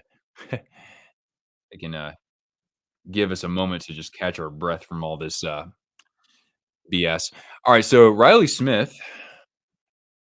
Yeah, Riley Smith has the 2 goals. He doesn't have any helpers.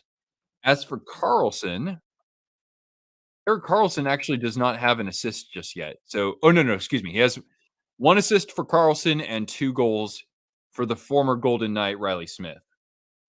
Knights are up 4-0. Crap. Jeez Louise. In this game, the Penguins out shooting the Sharks by a margin of 25-16, winning faceoffs almost by a 2-1 margin. And the Sharks have been defensively more active, so they've had more hits and more blocked shots. My God, this is still the second period. Yes, Anjumara. Yes, 2-2 Flames versus Seattle. Okay, like I said, yeah, I thought the Kraken were starting to kind of find their rhythm a little bit, but they were kind of in the hole to start this year. Kind of interesting. I wasn't expecting Seattle to regress just like that, but again, it's still pretty damn early. So everyone has a minus for the Sharks except for Mike Hoffman. Oh my God. All right. Well, anyway, we'll get back to the action here.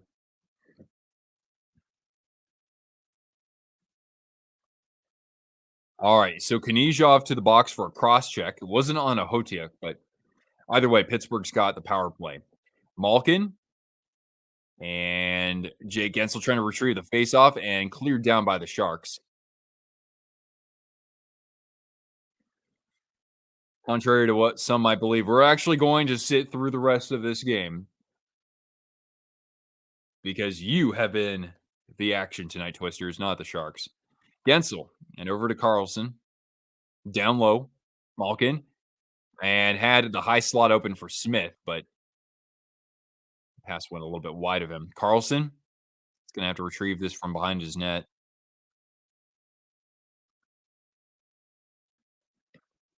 And now back to Malkin on the entry to the wing where Crosby is.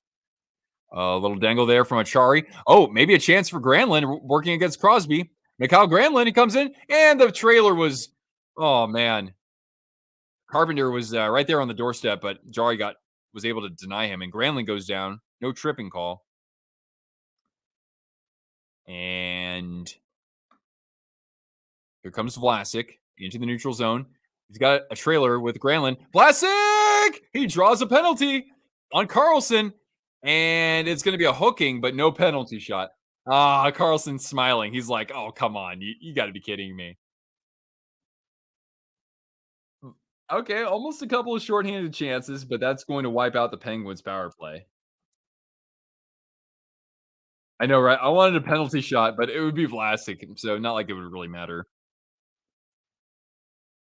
Yeah, I know Jari keeping his team in the game.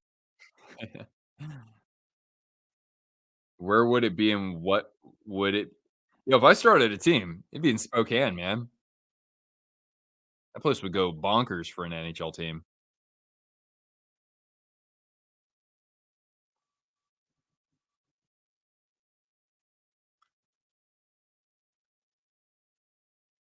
Siddharth, yeah. Hey, like I said, the night is always darkest before the dawn. There were no expectations of this team this year. There will be very little expectations for next year.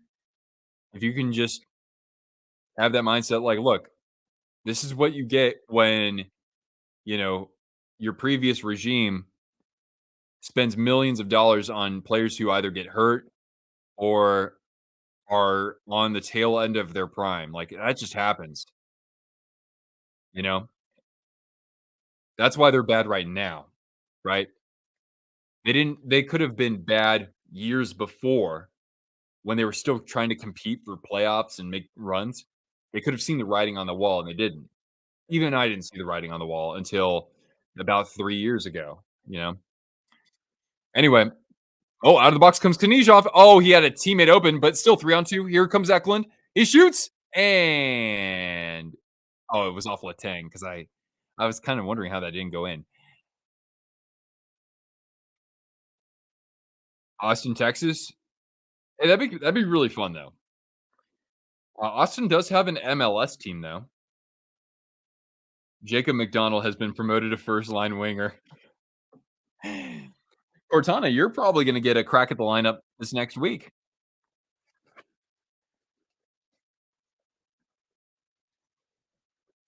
Worst is 15 and 0. Most amount of goals scored in a game by a team is 16. Oh Jesus. God no. I don't want to see us play the Devils, I'll tell you that. Or even the Red Wings for that matter. All right. On the power play now the Sharks are. Hurdle. About 35 seconds left here in the period. McDonald. Now back to Tomash. Works it to the goal line for Granlund and back to Hurdle. Over to the point. The other side. And a score! I thought that was in. They were waving it off, but I think it went in. I don't know if that's Eklund's goal. That might have gone off of somebody else. They're saying that they think it's Granlund's goal. Play goes on for the time being, but I believe that this is going to be a correct goal. And now tripped up was Duclair. No, well, you can't call that anyway. You wouldn't if it's a goal. I know that on the ice they're saying no goal, but I do think that's a goal. So hold tight before we go to the second intermission. Let's take a look at this again. No, no, it did not go in. I see it now. It's dancing. It's dancing after bouncing on the crossbar. I thought that was in. Oh my god. That's just the kind of year it is for the Sharks, right? Nope, nope, nope. It's gonna be 7-1 still. God. Heading into second intermission. Holy criminy. Oh god. A team in New Orleans. That's a little tough because it's a small metro area and they have an NBA team already. So that's not the first place I would think to put a team. Thank you, Knuckle Puck. It's just little those little things in life that really do touch my soul when it's been absolutely ripped out by the Sharks. This is a great game. Ah, well, we've given up 7 so far, so now we probably will give up 10. Um, Jeez. Those 16 Penguins were stacked. Yeah, I mean, like, when they won the Stanley Cup that year, they just rode their momentum all the way. Tampa was a good challenge for them, but even so, they were a cut above. Save of the year, and it's not even in the NHL. Let me take a look at this. Oh, college hockey. Oh my god, Trevor, I've never seen that before. Look at this goaltender. Look at this goalie here, guys. Can you see that on my screen? The goaltender is literally facing the net and doing the splits. That's wild. Actually, it's in Minnesota, so I guess that's close enough. Michigan, big win for them tonight, blew out Purdue. I don't really follow too much, college football. 8 in the 3rd period. If they score 8 in the 3rd period, if any team scores if there are no, actually, I'm not gonna make that bet, but if either Pittsburgh or San Jose scores 8 goals in the period, like 8 goals in 20 minutes, not the 8th goal of the game, but yeah, then Anjumara gets a customized Adidas NHL jersey. Eh oh, stupid seal. I know, right? Mizzou is your oh, yeah.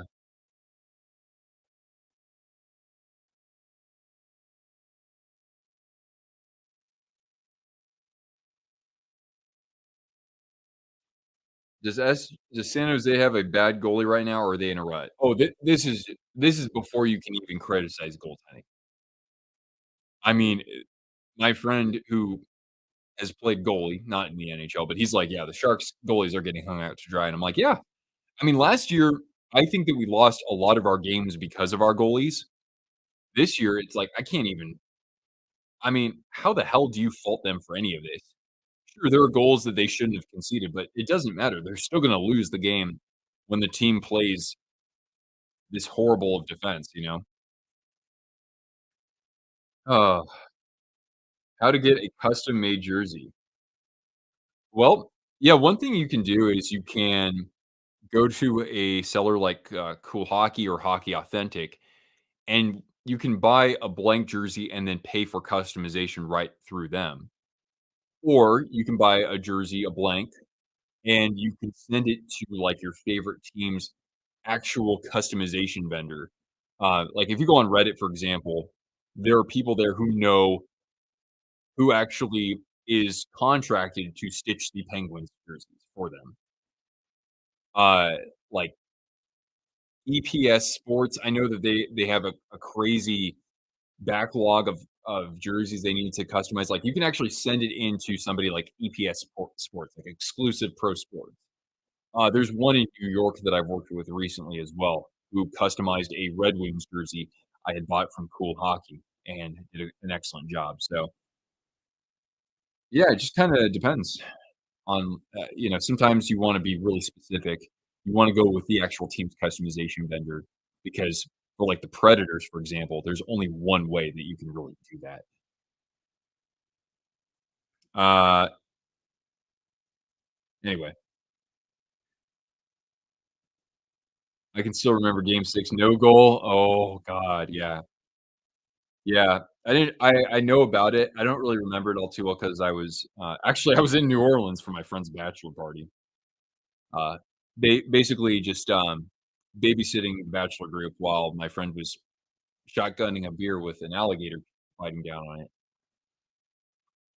How much do I think Crosby has slowed down? Really not like, it's not that and I look at him the last 6 or 7 years, he doesn't do anything less than what he used to do 6 or 7 years ago. So, I really don't think that he himself, his capabilities have slowed down.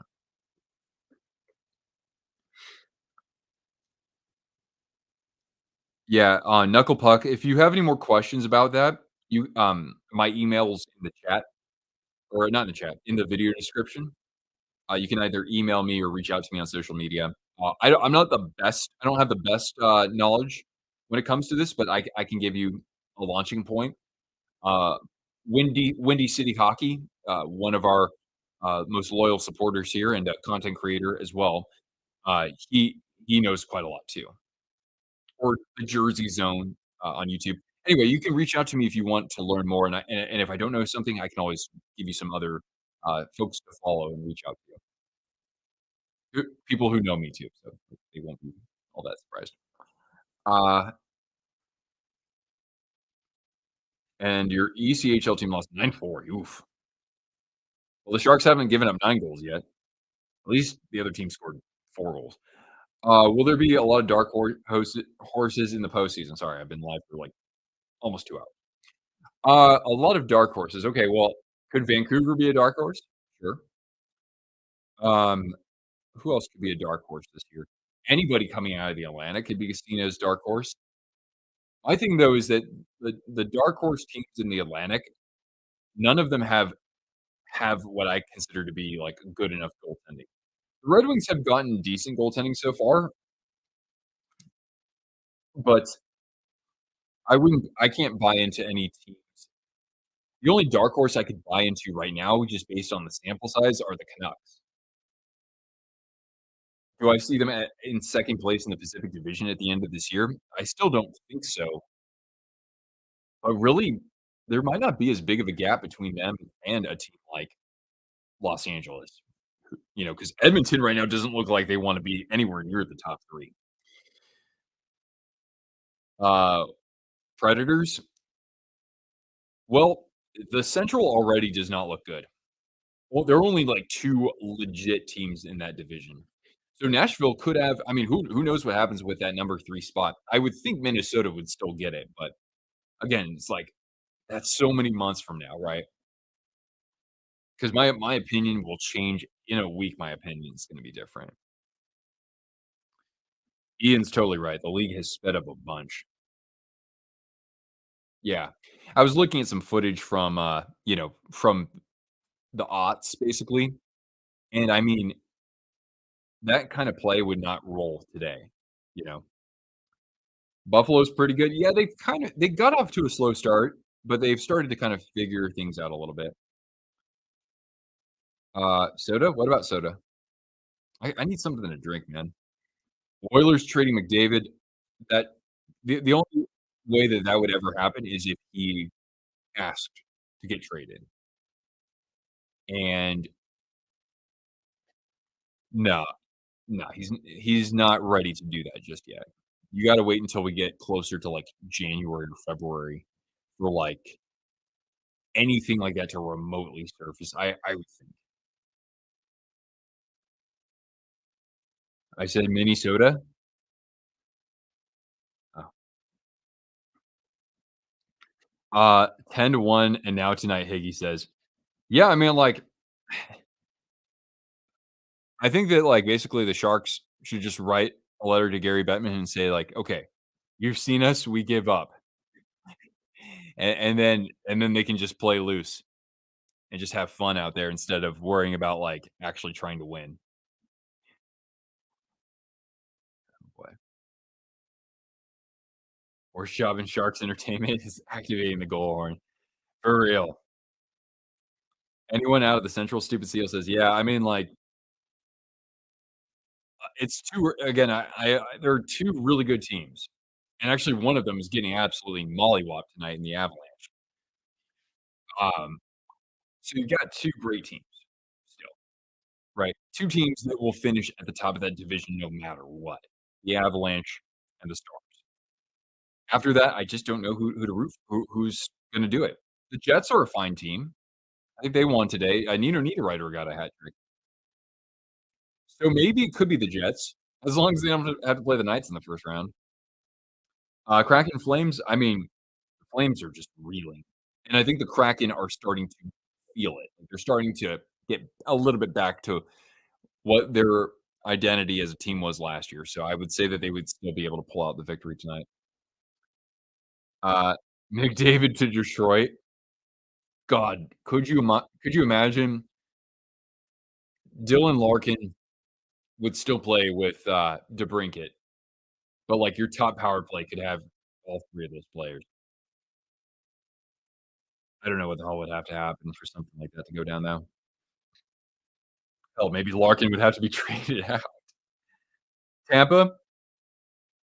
Yeah, I mean, nobody's really talking about the Lightning. I just saw today that they hadn't won a game on the road going into today. Did they win? Shoot, guys, I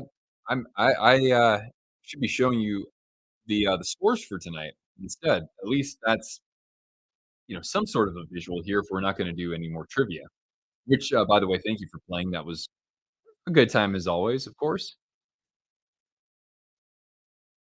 Alright, let's see here. So we got all of our scores, okay? Alright, so, the early game today was the Predators laying the smackdown against the Oilers. Look at that, 2, man. And the Oilers got 2 power play goals, one from Nurse, who I saw got absolutely cooked on, one of their goals, and Zach Hyman, deflects in a power play goal for Edmonton. But McDavid and Draisaitl have been kinda quiet for, for by their standards, they have definitely been quiet. But today was, 3 goals for Ryan O'Reilly, as now he's up to 7 on the season, his first year in Nashville, so good stuff. Do I still have my merch store? I do, yeah, that should also be in the description down below, I think. Let me know if you can't see it, though. But, yeah, we still have merchandise, I just haven't promoted it. Um, and if there's something that you want that you don't see, just ask me about it, and I might be able to make a design for you. Alright, actually, shoot, I should be showing that on my screen instead. Alright, so 5 and 2, huh? Then in the battle between the old Jets and the new Jets, it was the new Jets coming out victorious. We had another hat trick in this game, and that was Nino Niederreiter, El Nino. JJ Moser, his second of the year for the Coyotes. I like Moser. I haven't watched enough of him just yet, but I think he's kind of flying in under the radar as one of those like good younger. But yeah, Brendan Dillon, his first of the year, for all the Sharks fans out there, we still love Brendan Dillon. And yeah, Nino Niederreiter, his 3rd, 4th, and 5th goals of the season. Actually, Dilly had 2. Ah, how about that? Who had that on their bingo card? A Niederreiter hat trick and 2 goals from Brendan Dillon. But yeah, the Jets are actually off to a decent start so far. They don't seem to miss Dubois all too much, and I'm not too surprised to see that actually. But yeah, Clump Sauce, I've watched a little bit of Coyotes, and they can turn it at times, they can really turn it on. But they are still young, so it's taking them a while to figure out how they can do that on a consistent basis. And then a nice bounce back by the Red Wings. They beat the Bruins. We did a game between these 2 teams last week, and, the Bruins had won fairly convincingly here as the Bruins suffer their first regulation loss of the season. Goals from Van Riemsdyk, number 4. Patra, his 4th of the year for the Bruins, a 19-year-old centering the second line. Coyle for Boston, and their last goal off of David Pasternak's stick. Pasta is up to 9 so far. And for the Wings, the 4th of the year from Raymond, the 3rd from Wallman. Wallman seems like he's picking up where he left off last year, if I'm correct, Clump Sauce. Dylan Larkin is 5th, and he's got like a bazillion assists already. No goals for DeBrincat, but he does pick up an apple tonight. Perron and Kopp as well. So the Red Wings getting a good variance in their scoring, right? It's coming from various spots in the lineup as they bounce back. All right. Then the Lightning, I think this was their first road victory of the season. And they put up a thumping 6 goals against the Ottawa Senators. Kachuk, losing effort, gets his 7th of the year and his 8th for that matter at the end of the game. Drake Batherson and also Claude Giroux for the Senators get on the board. And then when we look at the Lightning, they had the 2nd of the season for Victor Hedman. Point Asimont, who has fit in quite nicely there. Point actually, I'm surprised Point was only up to 4 goals, and then he ends up with a hat trick tonight. So, O'Reilly has a hat trick, Niederreiter has a hat trick, Matthews, Braden Point, you can add to that list as well, as now he's up to 5 goals, and Kucherov just quietly going about his business as still one of the elite offensive weapons in the NHL. You tried to get Wallman, Yzerman did? Interesting. Fabry? Oh, huh. I sometimes forget Bobby Fabry still plays in the NHL. The Blues, they had a 6-goal night. You're a good girl, Cortana. Just the 2nd of the year for Jordan Kyrou. That is a wee bit surprising, and just the 4th for Robert Thomas. Well, although he's more of a passer. Brandon Saad, Alexei Toropchenko, Braden Shen, and Kasperi Kapanen as the Blues get contributions up and down the lineup. And then in the losing effort for the Canadiens, Uri Slavkovsky, finally his first of the season. Well, shoot. Nice of you to show up there, Uri. A $300 custom jersey. Yeah, jerseys are not cheap. And Suzuki also scored. That was just his 3rd of the year. Gallagher, his 4th. All right. Another 6-4 game. The Buffalo Sabres, yeah, they're starting to figure it out. Like Tage Thompson coming into this game, I think had 4 goals and 4 assists over his last 5 games. And now, let's see what Thompson did. Tage scoring his 6th of the year and getting some help elsewhere. JJ Peterka, the Sabres fans told me to look out for him this year. He's up to 5 goals. That's good to see. Jeff Skinner, his 6th. Jordan Greenway, number 2 on the year. Alex Tuck scores goals number 2 and 3. And Austin Matthews with that hat trick in the losing effort for the Leafs. Mitch Marner gets his 4th of the year. Thompson, another former Blue. That's right. And let's see here. Now we can go to what was actually a goaltending duel between the Capitals, who have played better as of late. Not great, but certainly better. They get a 2-1 victory against the Columbus Blue Jackets. Goals from Tom Wilson and Sonny Milano. And then what is it? Voronkov, Daniil Voronkov? I'm not entirely sure. Dmitry Voronkov, D. Voronkov gets on the board for the Jackets. Not very much more to report there. I don't know what the shots on goal were. Let's see. 35-27. So Columbus couldn't really solve the guy in net tonight for the Caps. And that was Charlie Lindgren saving 34 out of 35. Yeah, Elias.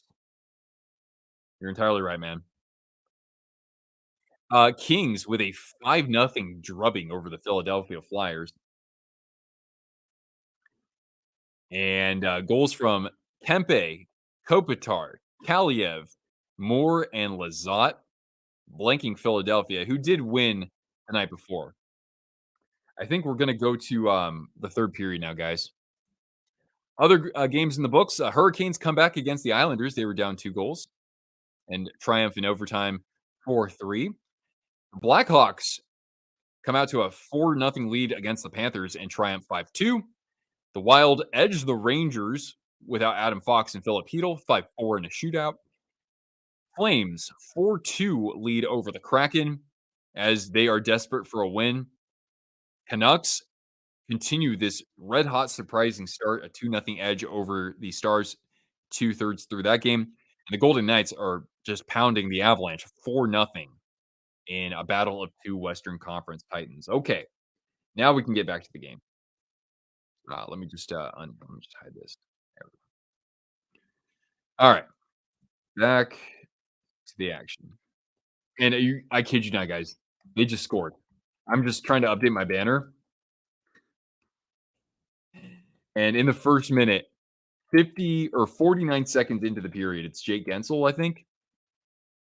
Brian Rust.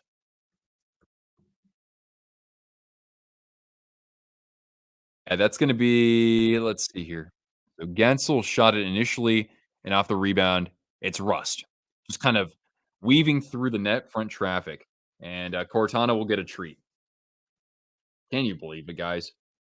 Actually, we already saw it against the Canucks. Oh my God. They might score 11 or 12.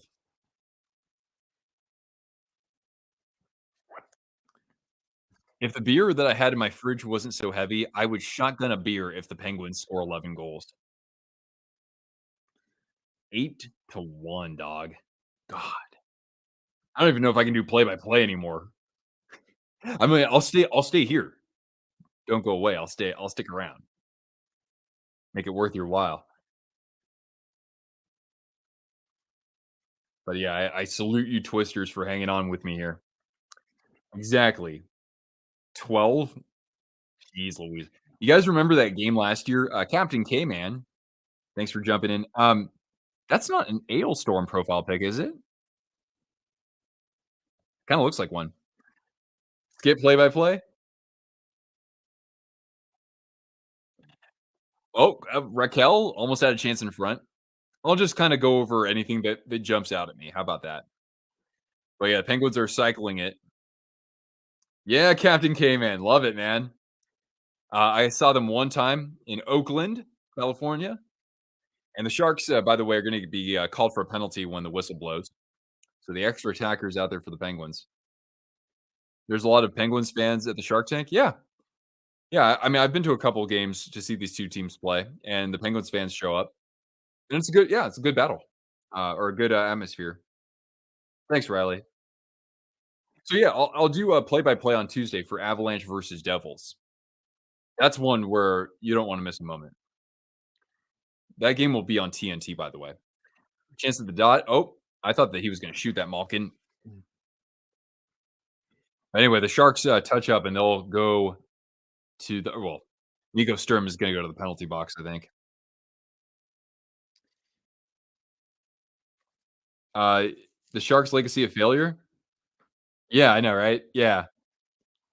It's so funny because he made it when the team was still actually good. You miss seeing Ailstorm in the US, so you hope that they come back someday. I'm sure they would. Um, do you have any favorite songs? I love the Battle of Cape Fear River. That's easily my favorite song on, the newest album. What's it called? Seventh Rum of the Seventh Rum, which, by the way, that's a pretty good title track. We gave an extra hour of sleep tonight, or we gained an extra hour. Yes, we do. You know, I might even wear my Ailstorm shirt on the commercial break, Captain K-Man. I might put it on. I have, like, 2 band shirts. One is Amon Amarth and the other is Ailstorm. Anyway, Penguins working with the power play. Ah, yes, P.O. Joseph. I don't think he played the last game, did he?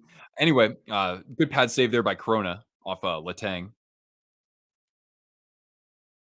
And Letang at the point.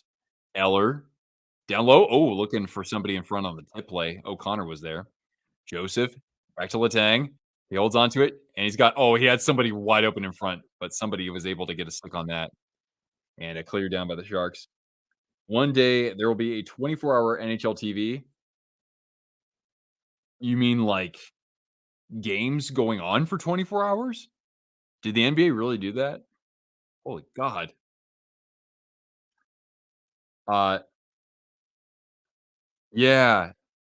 Elias, good question. Those are actually unlisted right now. So I just was noticing that by hiding certain content that I didn't produce anymore, like I haven't really done any vlogs like that in forever.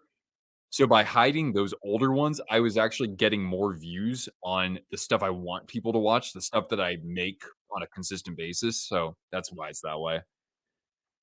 But like, don't get me wrong, the Sharks, if I'm still doing this in 4 or 5 years when the Sharks are good, then maybe something like that can come back. But we're a ways away from that, aren't we? Unfortunately. All right. Last 10 seconds of the power play. All right, we still got 36 people hanging out here. I do appreciate that, guys. I know it's late for a lot of people too. Crosby, he had Rust coming to the goal line. All right, here come the Sharks. Cunnin, I'm surprised he hasn't been placed on waivers, frankly. Money, what's going on? It must suck and hurt to be a Sharks fan. Like as bad as it's more about just how awful it is watching this team. Like I don't care if we finish last in the standings. Like that's what I expected. But for us to look like this, right? Last year We were 4th worst, but we were fun to watch. Like, we would lose games, but I'd be like, "Damn, I still had a fun time watching that." This, I'm having fun because 'cause I'm hanging out with you guys. So, I guess I'm just gonna have to stream during every Sharks game of this year. You need the Penguins to score one more time? Did you put a few jelly beans on them? Hey, Xander hitting this out of the park. It's kind of fun with how bad they are.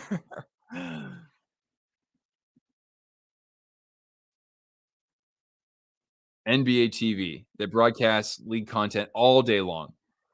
Well, yeah, because NHL Network, they are comparatively probably thin at content, but NHL Network is still, like, a good outlet.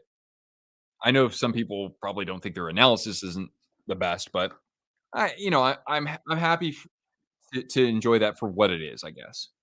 You need them to win by 7.5. Are you god dang serious? Alright.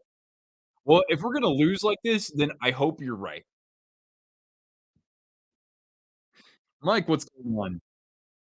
It's not like they shut us out, go Sharks. You're a real one, Mike. Anybody who's a Mike M, right? I have a couple of friends in this area who are Mike M's, so I believe you're a real one. And I don't think the Sharks have had any zone time in this period so far. You love NHL Network? Awesome. Okay, maybe we're getting something going here with Jan Ruda.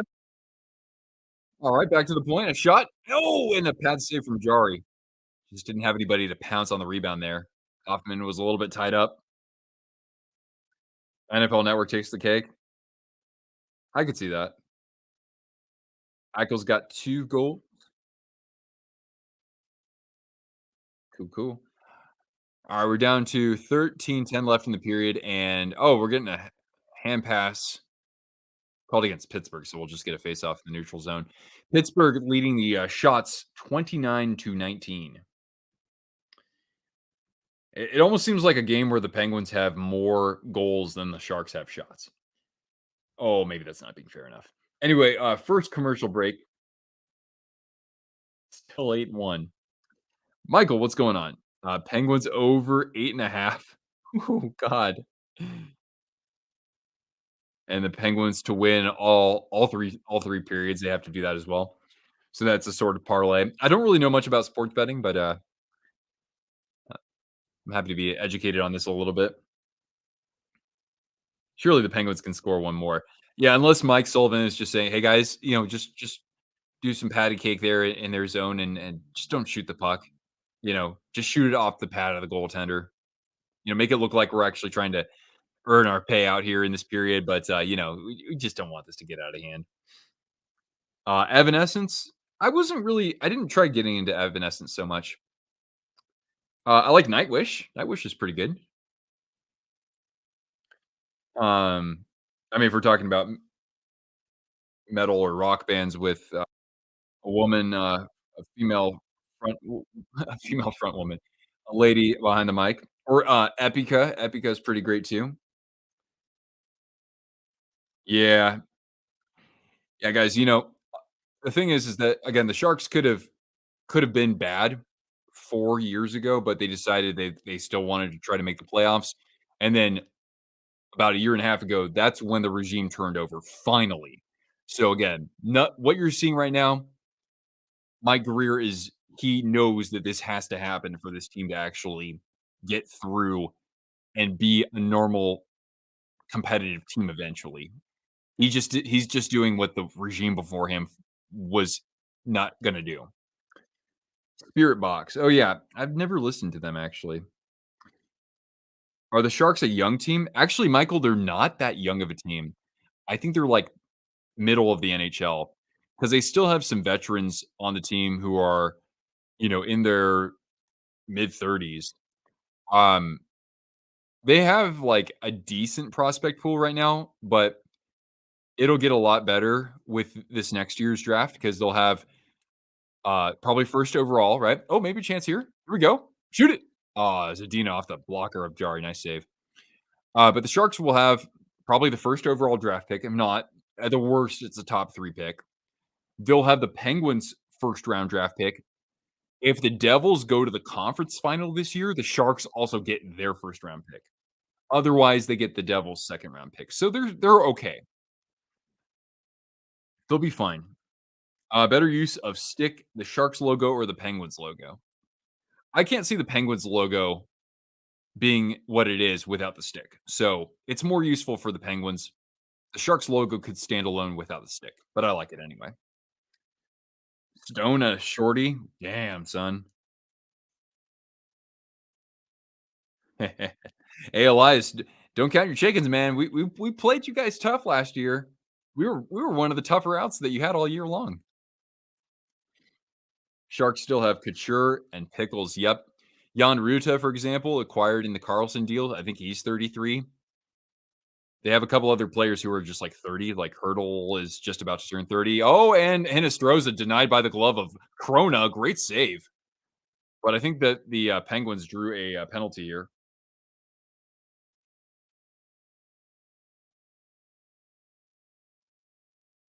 Not so sure what you mean, Yurtzel.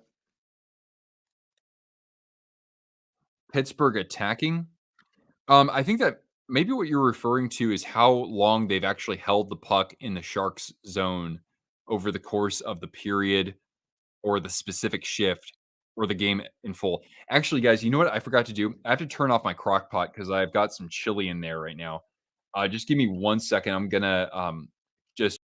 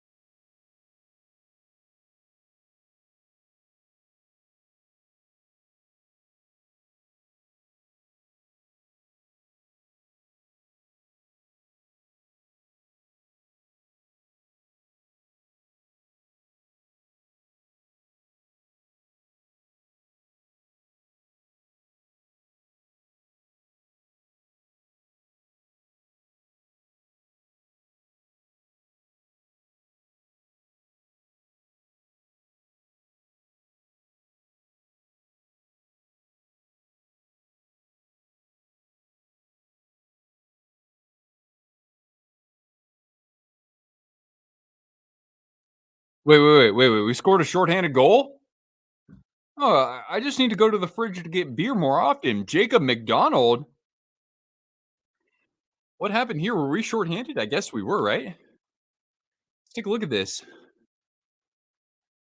Oh, wow. Nice. That's just a great shot from McDonald. A bar down on Jari. Wow, good shot, dude. Oh, we had the power play. Ah, okay. All right. Well, awesome. Let's give Cortana a treat. All right. What kind of beer? It is some sort of a winter warmer.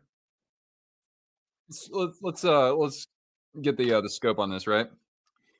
All right, let's see here. Oh, I decided to grab one of these because you guys have held down the fort with me, right? We've made our stand here in this horrible onslaught. This is from Odell Brewing Company, and it is, let's see here,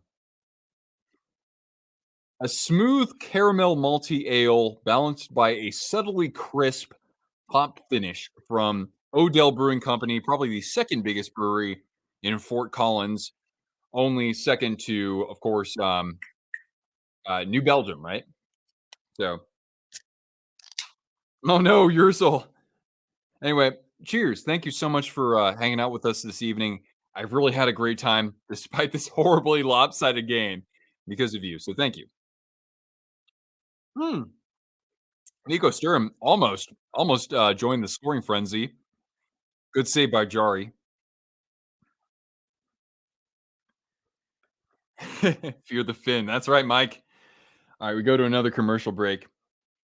Yeah, so this time of year, I like to start making my chili. I have a great spicy chili recipe, and this time it's venison chili because my friend took down a deer and gave me some ground venison. Oh my God, Xander, Xander, guys, look at Xander's message. Jay Z in the chat, dropping facts. This is only the second time this season that the Sharks have managed to score more than one goal. Can we salute the Sharks for mastering the art of the tank? Cry harder. Am I highly depressed? I'm I'm just I don't like that they're such a bore to watch. At least this game, they're having some fun chances. Like last year, we were bad, and I knew we were going to be bad, but at least we were fun to watch because we had Erik Karlsson just skating circles around everybody. This year, it's just so hard to watch this team. I don't care how many games we lose because I know we're going to lose more than just about anybody else out there. But anyway, uh, Klump chili with ground Italian sausage. Wonderful. I like some Italian sausage for sure, and homemade chili this time of year. It does not get very much better. Watching hockey, homemade chili with, some fresh sourdough bread, and anything but an IPA to drink.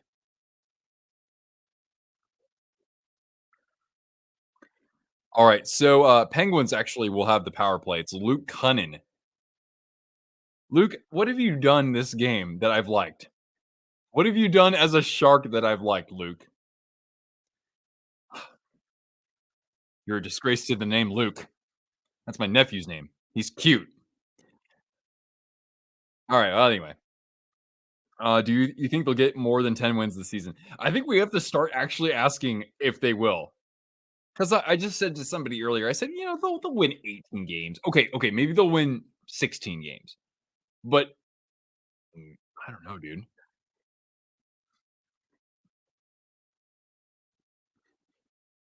Oh, Paul, what's going on, man? Thanks for jumping in. That's so freaking cool. You got to go to the Marlowe jersey retirement. And then I didn't even know that Thornton would be the next night. That's so great. I just can't wait to see his jersey get retired in San Jose. And maybe, just like you, maybe I'll have to make the trip just for that. And on the doorstep, Malkin. Malkin. That's number 2 on the evening. He could have had like 4 or 5 goals tonight. Gino, 9-2. Pittsburgh Penguins have scored 9 times. The Oilers and Sharks game is going to be she. I'm going to see the Oilers play the Sharks in December. I'm looking forward to it. Fropped.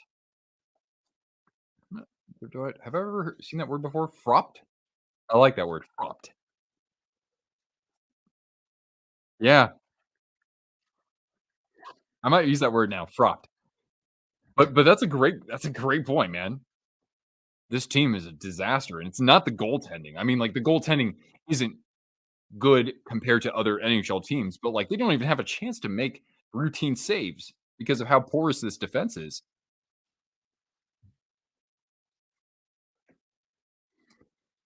Higgy knows what's up in the chat. So far, Ferris has been sick 9 times. 9 times? 9 times. That's because he wasn't sick.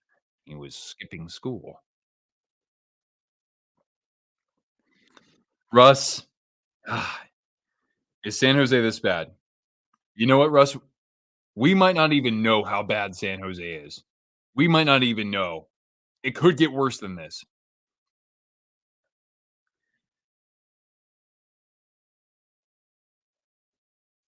You're currently sick? Oh, I'm sorry. Shoot. I hope you're able to get some sleep. It must be pretty late where you are. Here's a shot. Oh, blocked in front. Nice job, Vlasic. And Tomas Hurdle, wondering why he signed that 8-year extension with the Sharks a year and a half ago. Yeah, Klomp. I grew up an hour south of San Jose, and so like it's a union as old as time. I wasn't born a Sharks fan, but when the Sharks were born, it was the easiest decision for me because I was a kid who loved sharks. I grew up right on the coast, so I loved sharks. They were my favorite animal, and then I got to see this team called the Sharks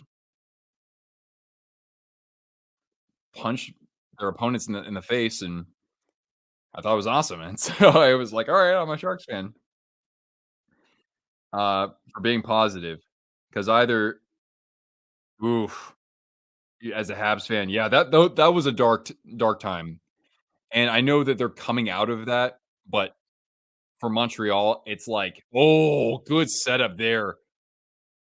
Oh, man. Are you kidding me? Rust has another goal.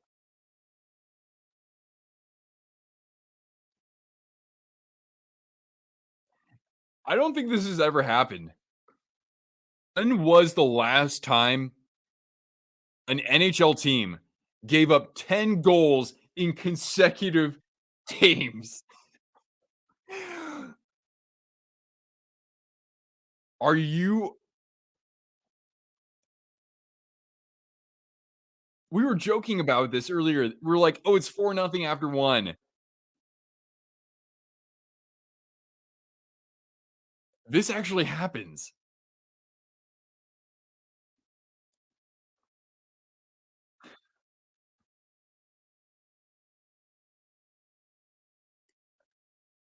What happened to intermission? Did these guys just go to the concession stand and get a burger? Did they pull a Link Gates?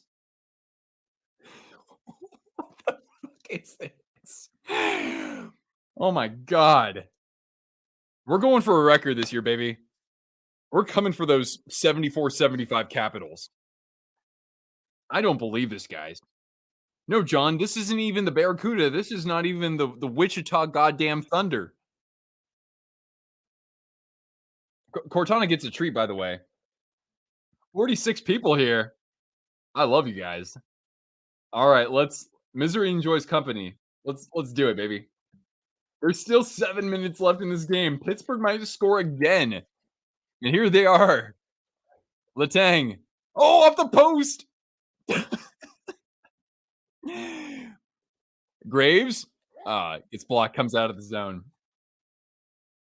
Ian, as long as the Sharks stay injury free, even though Couture might miss the whole season, you might see them start catching up after Christmas. Oh boy. I mean, I don't know how, even though he's not the reason why this team is as terrible as it is. But if you don't fire David Quinn after this, after giving up 10 goals in back-to-back games, just delete yourselves, like delete your franchise. Like that's you got to fire Quinn after this. I don't know who you promote. Oh, maybe a chance. Here they are behind the net. Oh, Krona, he's down. Okay, well they just dodged some danger there. Does anybody have a hat trick? No, not in this game. Although there have been, I think, like 5 or 6 hat tricks in the NHL today. Wow, 6-0 Knights over the Avalanche. I mean, that's even more embarrassing for the Avs, I gotta say, because they're actually supposed to be competent or comparable talent. I am your Sharks therapist, exactly. I will help you. I will build you up as a fan. Um, Mike Babcock would have done a better job. Well, yeah, Ryuk. Maybe now what the Sharks need to do is they need to not necessarily promote an assistant because that's just fire throwing them into the fire. Maybe they need to bring in somebody kind of like when the Canucks brought in Talkett or even brought in Boudreaux. I'm not saying bring in Babcock, but like get out there. There are names out there that you can, there are shoulders you can tap right now. The 1965 Bruins gave up 10 goals in 2 consecutive games. Paul, you are a hockey Sherpa. You are a genius. I'm going to pin your comment there for a while. Guys, how much uglier is this going to get? Are the Penguins going to score an 11th goal?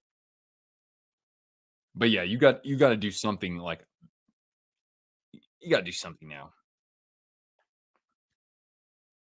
How do these guys show up at work tomorrow? Ken Hitchcock. I haven't heard his name in a long time actually, but that's the idea. Bring in a Ken Hitchcock. Bring in, let's see here, who else can I fish out there? Definitely not Dallas Eakins. Get Daryl Sutter behind the bench. Seriously. At least the team can play decent defense. Call up Daryl Sutter right now, Mike Greer. Greer didn't play for Sutter. Doesn't matter. Get Daryl Sutter behind the bench. Honestly. Mike Yeo, sure, Mike Yeo does fine in that sort of role as an interim coach. Yeah, I would have to say do something for your players. Even if you're going to lose games going forward, you just can't afford to have it happen like this because they're not going to come to work. Oh boy.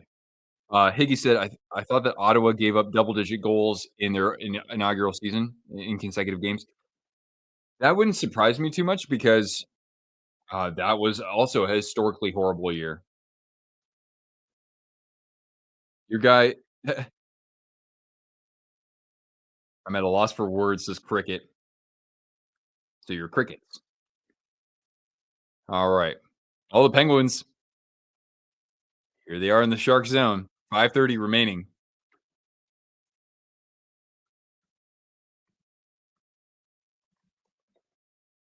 Hold on to your butts. This is painful. Oh, it's past the point of painful. It's funny now.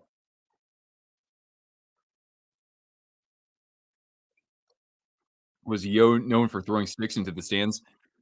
Well, we need a coach with some more fire under his ass than David Quinn. A shot. Oh, and wide of the net there from O'Connor. Does Patrick Marlowe want a job? He is a developmental coach. Shoot, maybe that's really what the big problem is. They just need to fire him. No, no, we love Patty. But yeah, I would call Daryl Sutter right now. We don't need the coach of the future. Hopefully that's Ryan Warsofsky, by the way, but he's not looking so great as an assistant these days. But everywhere he's gone, Ryan Warsofsky has won big. So let him stay behind the bench. Don't clean out the whole regime. Oh, maybe a chance here. Oh, Krona. Yeah, buddy. And now a chance at the side. Okay, that one didn't quite get on net. Pedersen. And oh, blocked by Ferraro. And Rust. Oh, denied by Krona. Don't bring Sutter back. Bruce Boudreau. I mean, I don't think he wants to get behind a bench immediately that quickly, but I'd happily welcome Gabby to San Jose. I love me some Bruce Boudreau. Like, if I would have to choose one coach to get blitzed with, it would be Bruce Boudreau. Wayne Gretzky, he was a coach. Shoot, why don't we just bring in Mike Keenan? Sharks have one more game to not tie the worst NHL start of the season. Really? I didn't know that. I didn't know they were already there, man. There was an image of a young fan saying that it was his first game and it was his birthday. Yeah, man. I did see that. Welcome to hell. Gallant, that's true. Gerard Gallant does not have a job. Good one, Dean. I haven't heard his name in a while. He was here today, gone tomorrow with the Rangers. Torts. Well, Torts is coaching in Philadelphia, so I mean, Alex makes a point. Like you could put Marlowe on the bench and the team wouldn't do any worse. But yeah, if I could choose a name right now, I'd say Daryl Sutter. And again, he doesn't have to be coach of this team past this year or past next year. Oh yeah, the Penguins cycling still in the Shark zone here. 6-3 Flames. Wow. Travis Green. Okay. Oh, maybe chance. Oh, McDonald couldn't have a farm. Um, just a little bit wide of Jari. Travis Green. Okay, that's another name though. Babs, money. I don't think that Babs is gonna ever be behind an NHL bench again. But there you go. Me, put me behind the bench, Mr. Greer. Consider this my application. I have the support of 44 people in the chat. Last time I checked, that's more than the number of butts you see in your seats with your team's colors. Well, a coach's salary actually convinced me to move back to San Jose.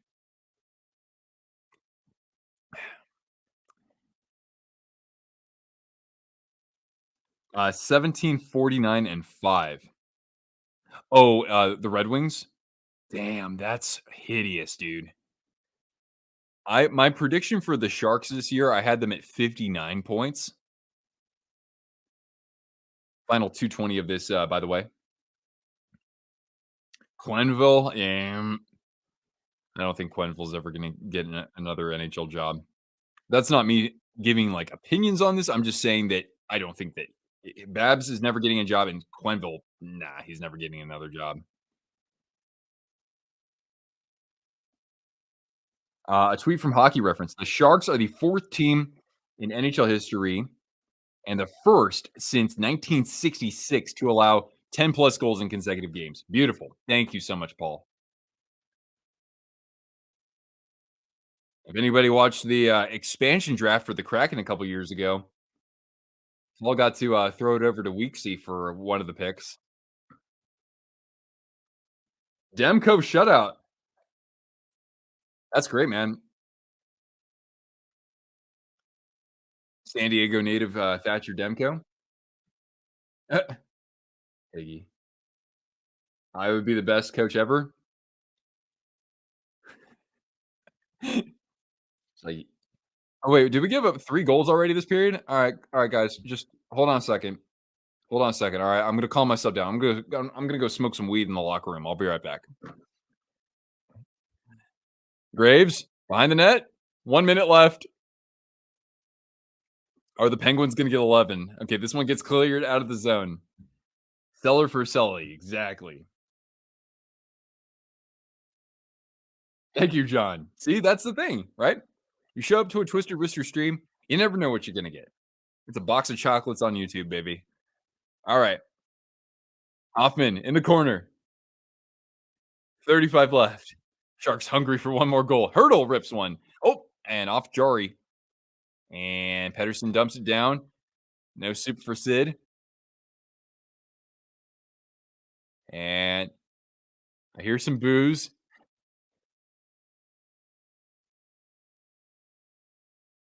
Hill working on a shutout too. Of course he is. Like I wouldn't be pissed that much if Hill like fetched us like 2 first round draft picks in exchange, but this is a final from San Jose. The Sharks, they improve over last game by losing 10-2, whereas last time they won 10-1. So hey now. Oh man. Well, guys, as ugly as that was, it was beautiful hanging out with all of you. I had a really good time. I'm going to give Cortana a couple treats. Yeah, Mike, good game, man. I'm glad that you guys got some of that confidence back. They did better than last game, exactly. Would Neil coach San Jose? How about that ticket, right? How about that? Neil and Nick behind the bench, or Mike Greer can promote me to assistant GM. How about that? Or maybe I should be the Zamboni driver. If I could coach the Sharks, would I? I mean, dude, those players would have no faith in me the moment I walked through that locker room. You're welcome, Robbie. Thanks for sitting through this with me, man. Always look on the bright side. Exactly, man. Shannon as GM. Okay, now we're just getting we're already building an Iser plan of our own, aren't we? Just play goalie. I'll be like, okay, all right, let's go Blackwood. Blackwood, you're going down the middle tonight. We're gonna have Mario Ferraro in at goal. He's already missing some teeth, so we want to keep his other chompers intact. What a great game. Someone might hire me as coach. Ian, I can hardly get 1,000 people to watch my videos. I don't think we have to worry about that. But I appreciate the vote of confidence. At least the Bay Area still has the Warriors. Yeah. Yeah, the Warriors and the 49ers are a bit of a tease, but they're close. And the Giants, they had some success. So please tell me I'm okay after back-to-back losses. I don't think we can call these back-to-back losses. These are back-to-back, like, I don't know what to even call them. Just shellackings, right? Well, I mean, I've got great viewers in the chat. Start with that. Got a beer here. Tomorrow I'm waking up and I'm watching football. Like, hey, that's not so bad. Life's not so bad. And of course, above all, I've got Cortana. I've got Cortana. Bestest puppy. Blowout losses. Yeah.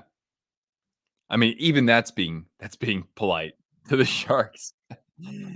Back-to-back humiliations. There we go. Bye week for the Lions. Oh, look at you. You get man, you're shaping up to have a great weekend, aren't you, Mr. Chili? Bruce Bochy. Yeah, yeah. How about Bruce Bochy comes in? Bruce Bochy could coach this team better than David Quinn right now. 7-0. Okay. See, that's more embarrassing for the Avalanche. That's way more embarrassing for the Avalanche. What NFL team asks Dean the Devil? I'm a huge Minnesota Vikings fan, and that's like the last 25 years. So really, my favorite two teams in sports, well, my favorite three teams, because for baseball, I'm a San Francisco Giants fan. Okay, we had a great run there in the 2010s. That's cool. Like, I'm fine for a while, but we're very rarely in the playoffs. But it's like, okay, we got the hardware. That's cool.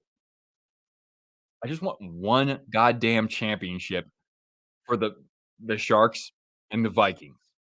One. I just want one, and I can die a happy man.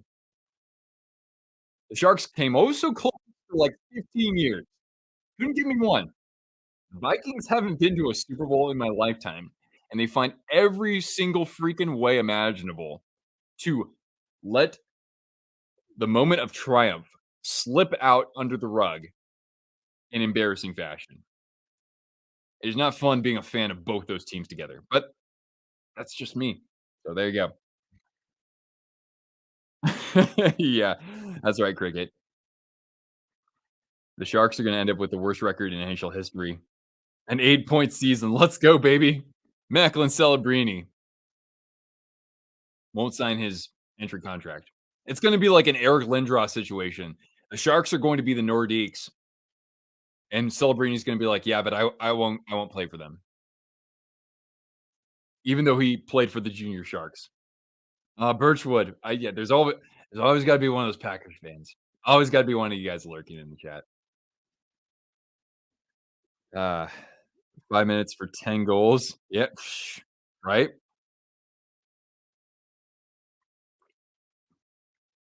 Oh, Foster. Misery loves company. But hey, like I said, you laugh off the worst of it. When you can laugh it off, you know, then if you have a little bit of patience, and I have the patience. I've already sat through 4 crappy years of Sharks hockey.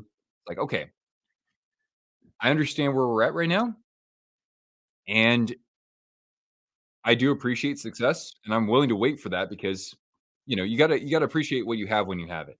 So there you go. Thank you. I appreciate that. And don't worry, Birchwood, you are not the only Packers fan who's subscribed to my channel. Justin Jefferson. Oh, no, no, no. Don't you dare say that. Let's see here. What else has been asked here? Yeah, really. Steelers? Oh, huh. I've rooted for the Steelers every time they've been in the Super Bowl in my lifetime. Sharks broadcast said every Penguins player got at least a point. Are you kidding me? Wow. We give you a Nikita Kucherov. Are you kidding me? That's something, Soul. Yikes. Wow. I hope the Sharks know that. I hope that somebody tells them that in the locker room or the next day. In baseball terms, Carlson, Eichel, Stone with 2 home runs each. Yeah, that's pretty bonkers, man, if you look at it that way. Is anyone in this NHL draft class actually good? Well, Central Scouting, graded Cole Eiserman and Macklin Celebrini. They gave them, like, A ratings. I don't know about that too much, but they were the only ones who got those A ratings, so it's not gonna be as good of a draft as it was last year, but the good thing for the Sharks is that they have the Penguins' first round pick, and they could maybe use that as an opportunity to move up in the draft because they still have other draft capital. So, if I'm the Sharks, I'm getting the best player available first overall or whatever, and then I want to get whatever represents a blue chip defenseman. An Owen Power, a Rasmus Dahlin, a Moritz Seider. Um, I want one of those guys. I don't want just like a pure Erik Karlsson type defenseman. I want somebody who puts players on their butts and has a thumping shot. You might not find Rasmus Dahlin in this draft, but if you can get something similar to that, that'd be great because the Sharks' defensive prospect pool, not very good right now. So, yeah. All right. How are we doing on time, by the way? Oh, yeah, that's right. This game started a little bit earlier, so that's good. Even the Penguins coach managed to get a point. As a in. NBA favorite team, Lautaro. I don't follow the NBA. Granted, being from California, like I grew up going to Warriors games. My favorite team was the Sonics, but once they moved to Oklahoma City, I said no way. So I did take on the Warriors as my favorite NBA team, but that really doesn't go that far with me. I enjoyed watching them win that first championship, with Curry, and then like I just said, okay, now with Durant, this is too much of a good thing. I think I watched like their first year with him or first 2 years, and then I was like, okay, enough of that already. This is just unfair. So I saw them win the championship in 2022. Like I watched some of the playoffs, but that was about it. I don't really care about the NBA. I love March Madness though, like NCAA. Bring back the Sonics. Exactly. I know, right? The NBA is just not complete without them. Yeah, that's what, somebody else said too at Birchwood. It's been, a total of 57 years since the last time we saw this happen ever.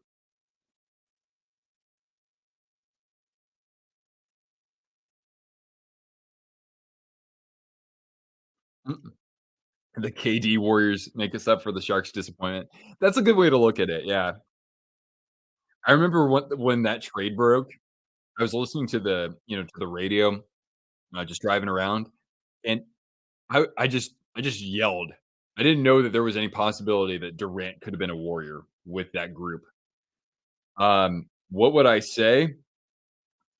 I would say, like, why would the Sharks I think what really stood out to me was still how in the second period, they were getting caught the defensemen were getting caught way too deep, either in the neutral zone or in the offensive zone.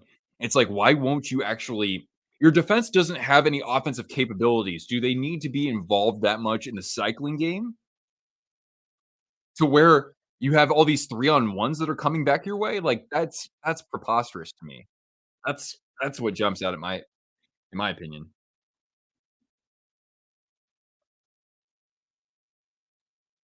I are you not to give up?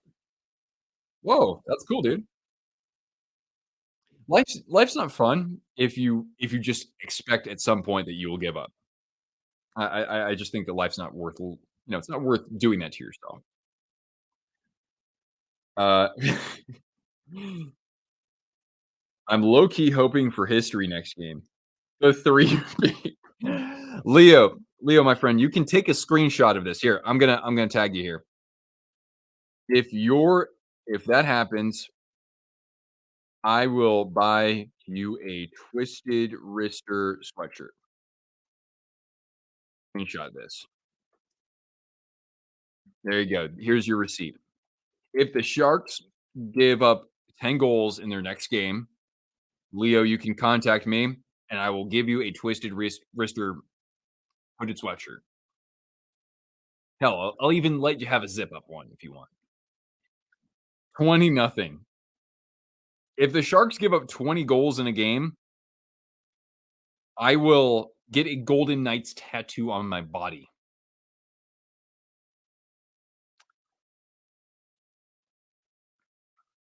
Yeah, boy, the Avalanche, man. This is one of those losses for the Avalanche where somebody goes to their Wikipedia and they update it so that the owner says Vegas Golden Knights. All right, Leo, sounds good, sounds good. Bears aren't going to be good for a while. Yeah, man. The Bears, it's very rare that they actually have consistency at quarterback, and that just happens. I mean, I'm a Vikings fan, like, Kirk is, like, the closest thing we've had in consistency with quarterbacks since, Dante Culpepper, you know? So, yeah, it's been tough being a Bears fan, I'm sure. You decided on a city that has all the sports, so you fantasized about the Bulls, and then Blackhawks, Cubs, and Bears. Of course, the biggest decision you made there was being a Cubs fan instead of a White Sox fan. Because if I learned one thing about Chicago, living there for a whopping 5 months, yeah, the Cubs and the White Sox each other are far for a couple seasons. Yeah, but I mean, he was horrible that second year. Record for goals conceded in a game is 16. Exactly. It's incredible. Your first time in here lifelong. This has been so painful. Welcome to the pain party. Thank you. I do appreciate that. I do cover the NHL in full on my channel, but you'll see a little bit of Sharks specific coverage kind of peppered in here and there, right? You can always ask me about the Sharks.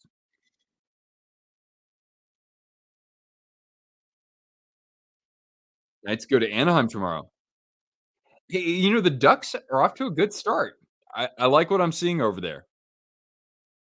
Good for them. All right. Thanks, Birchwood. We'll catch you later. Have a good night. Spin Chicklets, they said San Jose is the worst team. I mean, like, I almost have to it's like a Mad Lib. It's like, they said San Jose is the worst team, and I would say since the 2016-17 Avalanche, at least, that team was atrocious. But yeah, this Sharks team might be worse. Are we still on for the 12th? Oh, for the I'll have to reach out to you, Trevor. I need to double check, what time my car appointment is, because the soonest I could bring my car in for something and then, like, it's my check engine light's on right now, so, like, I kinda need to bring it in, so the soonest I could get in was the 12th. So I might not be able to make it. Let me just check on the time, and then I'll get back to you on that, okay? Not that we can't do another game. I just originally picked that one because it wasn't that late in the evening for you.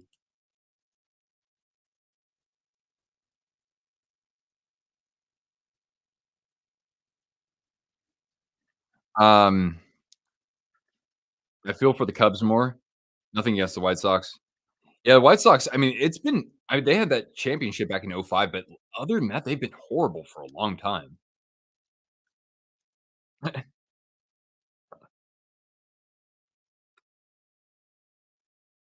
Sharks team might go lower, yeah, it might finish worse than the expansion Senators, and that is saying something, yeah. The Capitals of, like, 74, 75, like, that team is sup or maybe the year after that was, like, another historically just god awful team. But those teams, even when you look at, like, their expected goals for or, like, their Corsi or whatever, like, they are a cut above this Sharks team at this point in the season. It's so awful, man. Mm,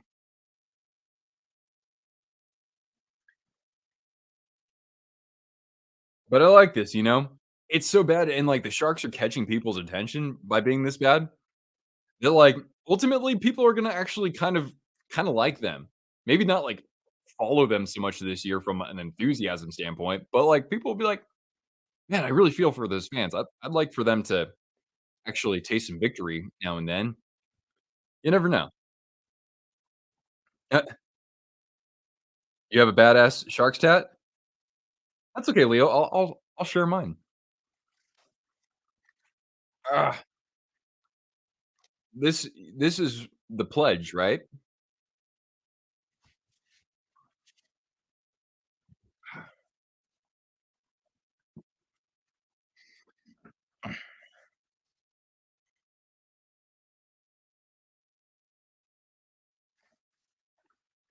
That's the only thing on my body. It's a Sharks tat. Tells you enough about me. Good to see good game to the Sharks. The low key thought the Penguins would play down and lose. I know. I thought James. I thought the Sharks were actually going to, after that game against the Canucks where they lost 10-1. I thought they were going to come out and actually not like look like a completely different team, but I thought they were going to see this as an opportunity to play with some, with some edge. And yeah, they just they had some chances. Like there were times when they could have kind of sort of stabilized themselves, but the defense was just atrocious, man. Let's see here. The Twitter link? Actually, no, I don't allow any links on here because that's how bots can come in and spam here. So that's just why it's just kind of a limitation. However, guys, if you are interested in sharing links to your social media or to your YouTube content or to your jersey collection or something cool like that, may I extend an invitation to all of you who have yet to join to our fantabulous Discord community. Anybody can join. And yeah, we have rooms here for every NHL team. So you can come in here and you can be a Dallas Stars fan. You can come in here and you can post about, oh, wait, we only have any Flyers fans. But you can be a Sharks fan and chat with me and the other folks here in our great community of fans. So all you got to do is see the video description down below. I'll actually give you a link here too. How about that? Right. So I'll give you a link if you want to join us on Discord. All you got to do is be a cool hockey fan, just like you are on here, and that's fine. So join our Discord right here. All right. So yeah, you can use that as a chance to post pictures of your jersey collection, or if you go to games, you can post pictures of that. And yeah, it's just a nice little way to keep in touch with not just myself, but other people here in the chat and meet some friends of or some fans of your favorite team that way too. It's completely free. All you have to do is have a Discord account, and that's it. And yeah. Oh, Leo, that was quick. Boom. Oh, there's Nick. See, there's Windy City Hockey, and he got his program or his score sheet signed by the broadcast team. Pardon. So that's our Discord. We're also just FYI. I didn't make a podcast this week, but we also have our content on Spotify. We're also on Rumble. So if you use those outlets, you're welcome to follow me and just see the video description below for more information on that.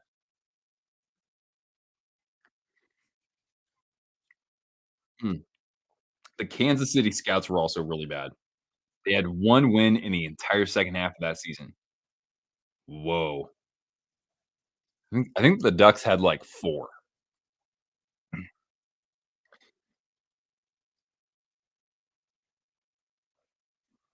Oh, and Tristan, Trinston. All right, awesome. I don't know if you're a Sharks fan, but doesn't matter because you are in the right place. Closest game of the year had me sweating. The sheet from the broadcast team. Wait, I'm sorry, I read that wrong. The sheet from the official broadcast team game notes the NHL provides to the broadcaster. Oh, right, right. That makes sense. That's what they call. I believe they call that stat running. I did a little bit of media relations in Major League Soccer in college. It's not letting you join it? Are you do you already have a Discord account?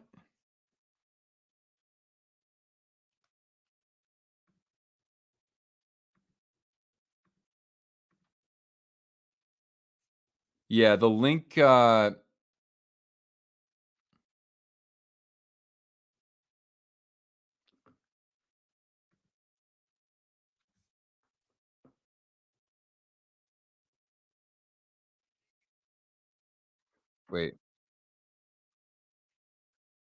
so you clicked the link, but it wouldn't let you join?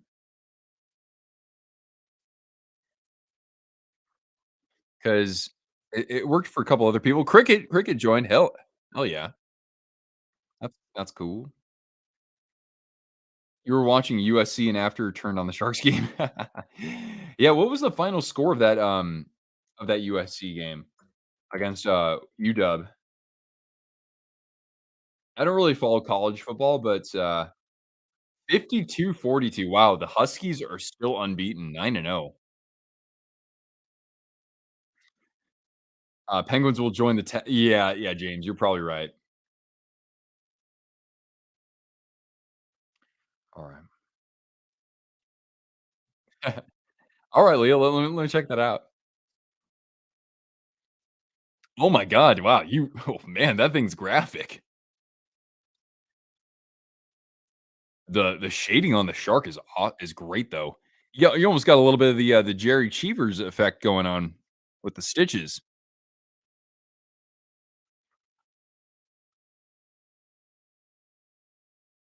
Alright, well, anyway, um, alright, cool, guys. Well, anyway, I think this is a good, drop off point here.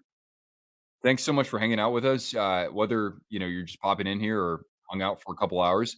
We'll be back on the mic on Tuesday for the Avalanche and the Devils. That's gonna be a hell of a game. The Avs are going to be freaking pissed. So, we'll have a great time watching that, and, again, thanks again for making this enjoyable. If we if we can enjoy a 10-2 game, I think we can enjoy just about anything. Alright, have a great evening, everybody. Thank you so much.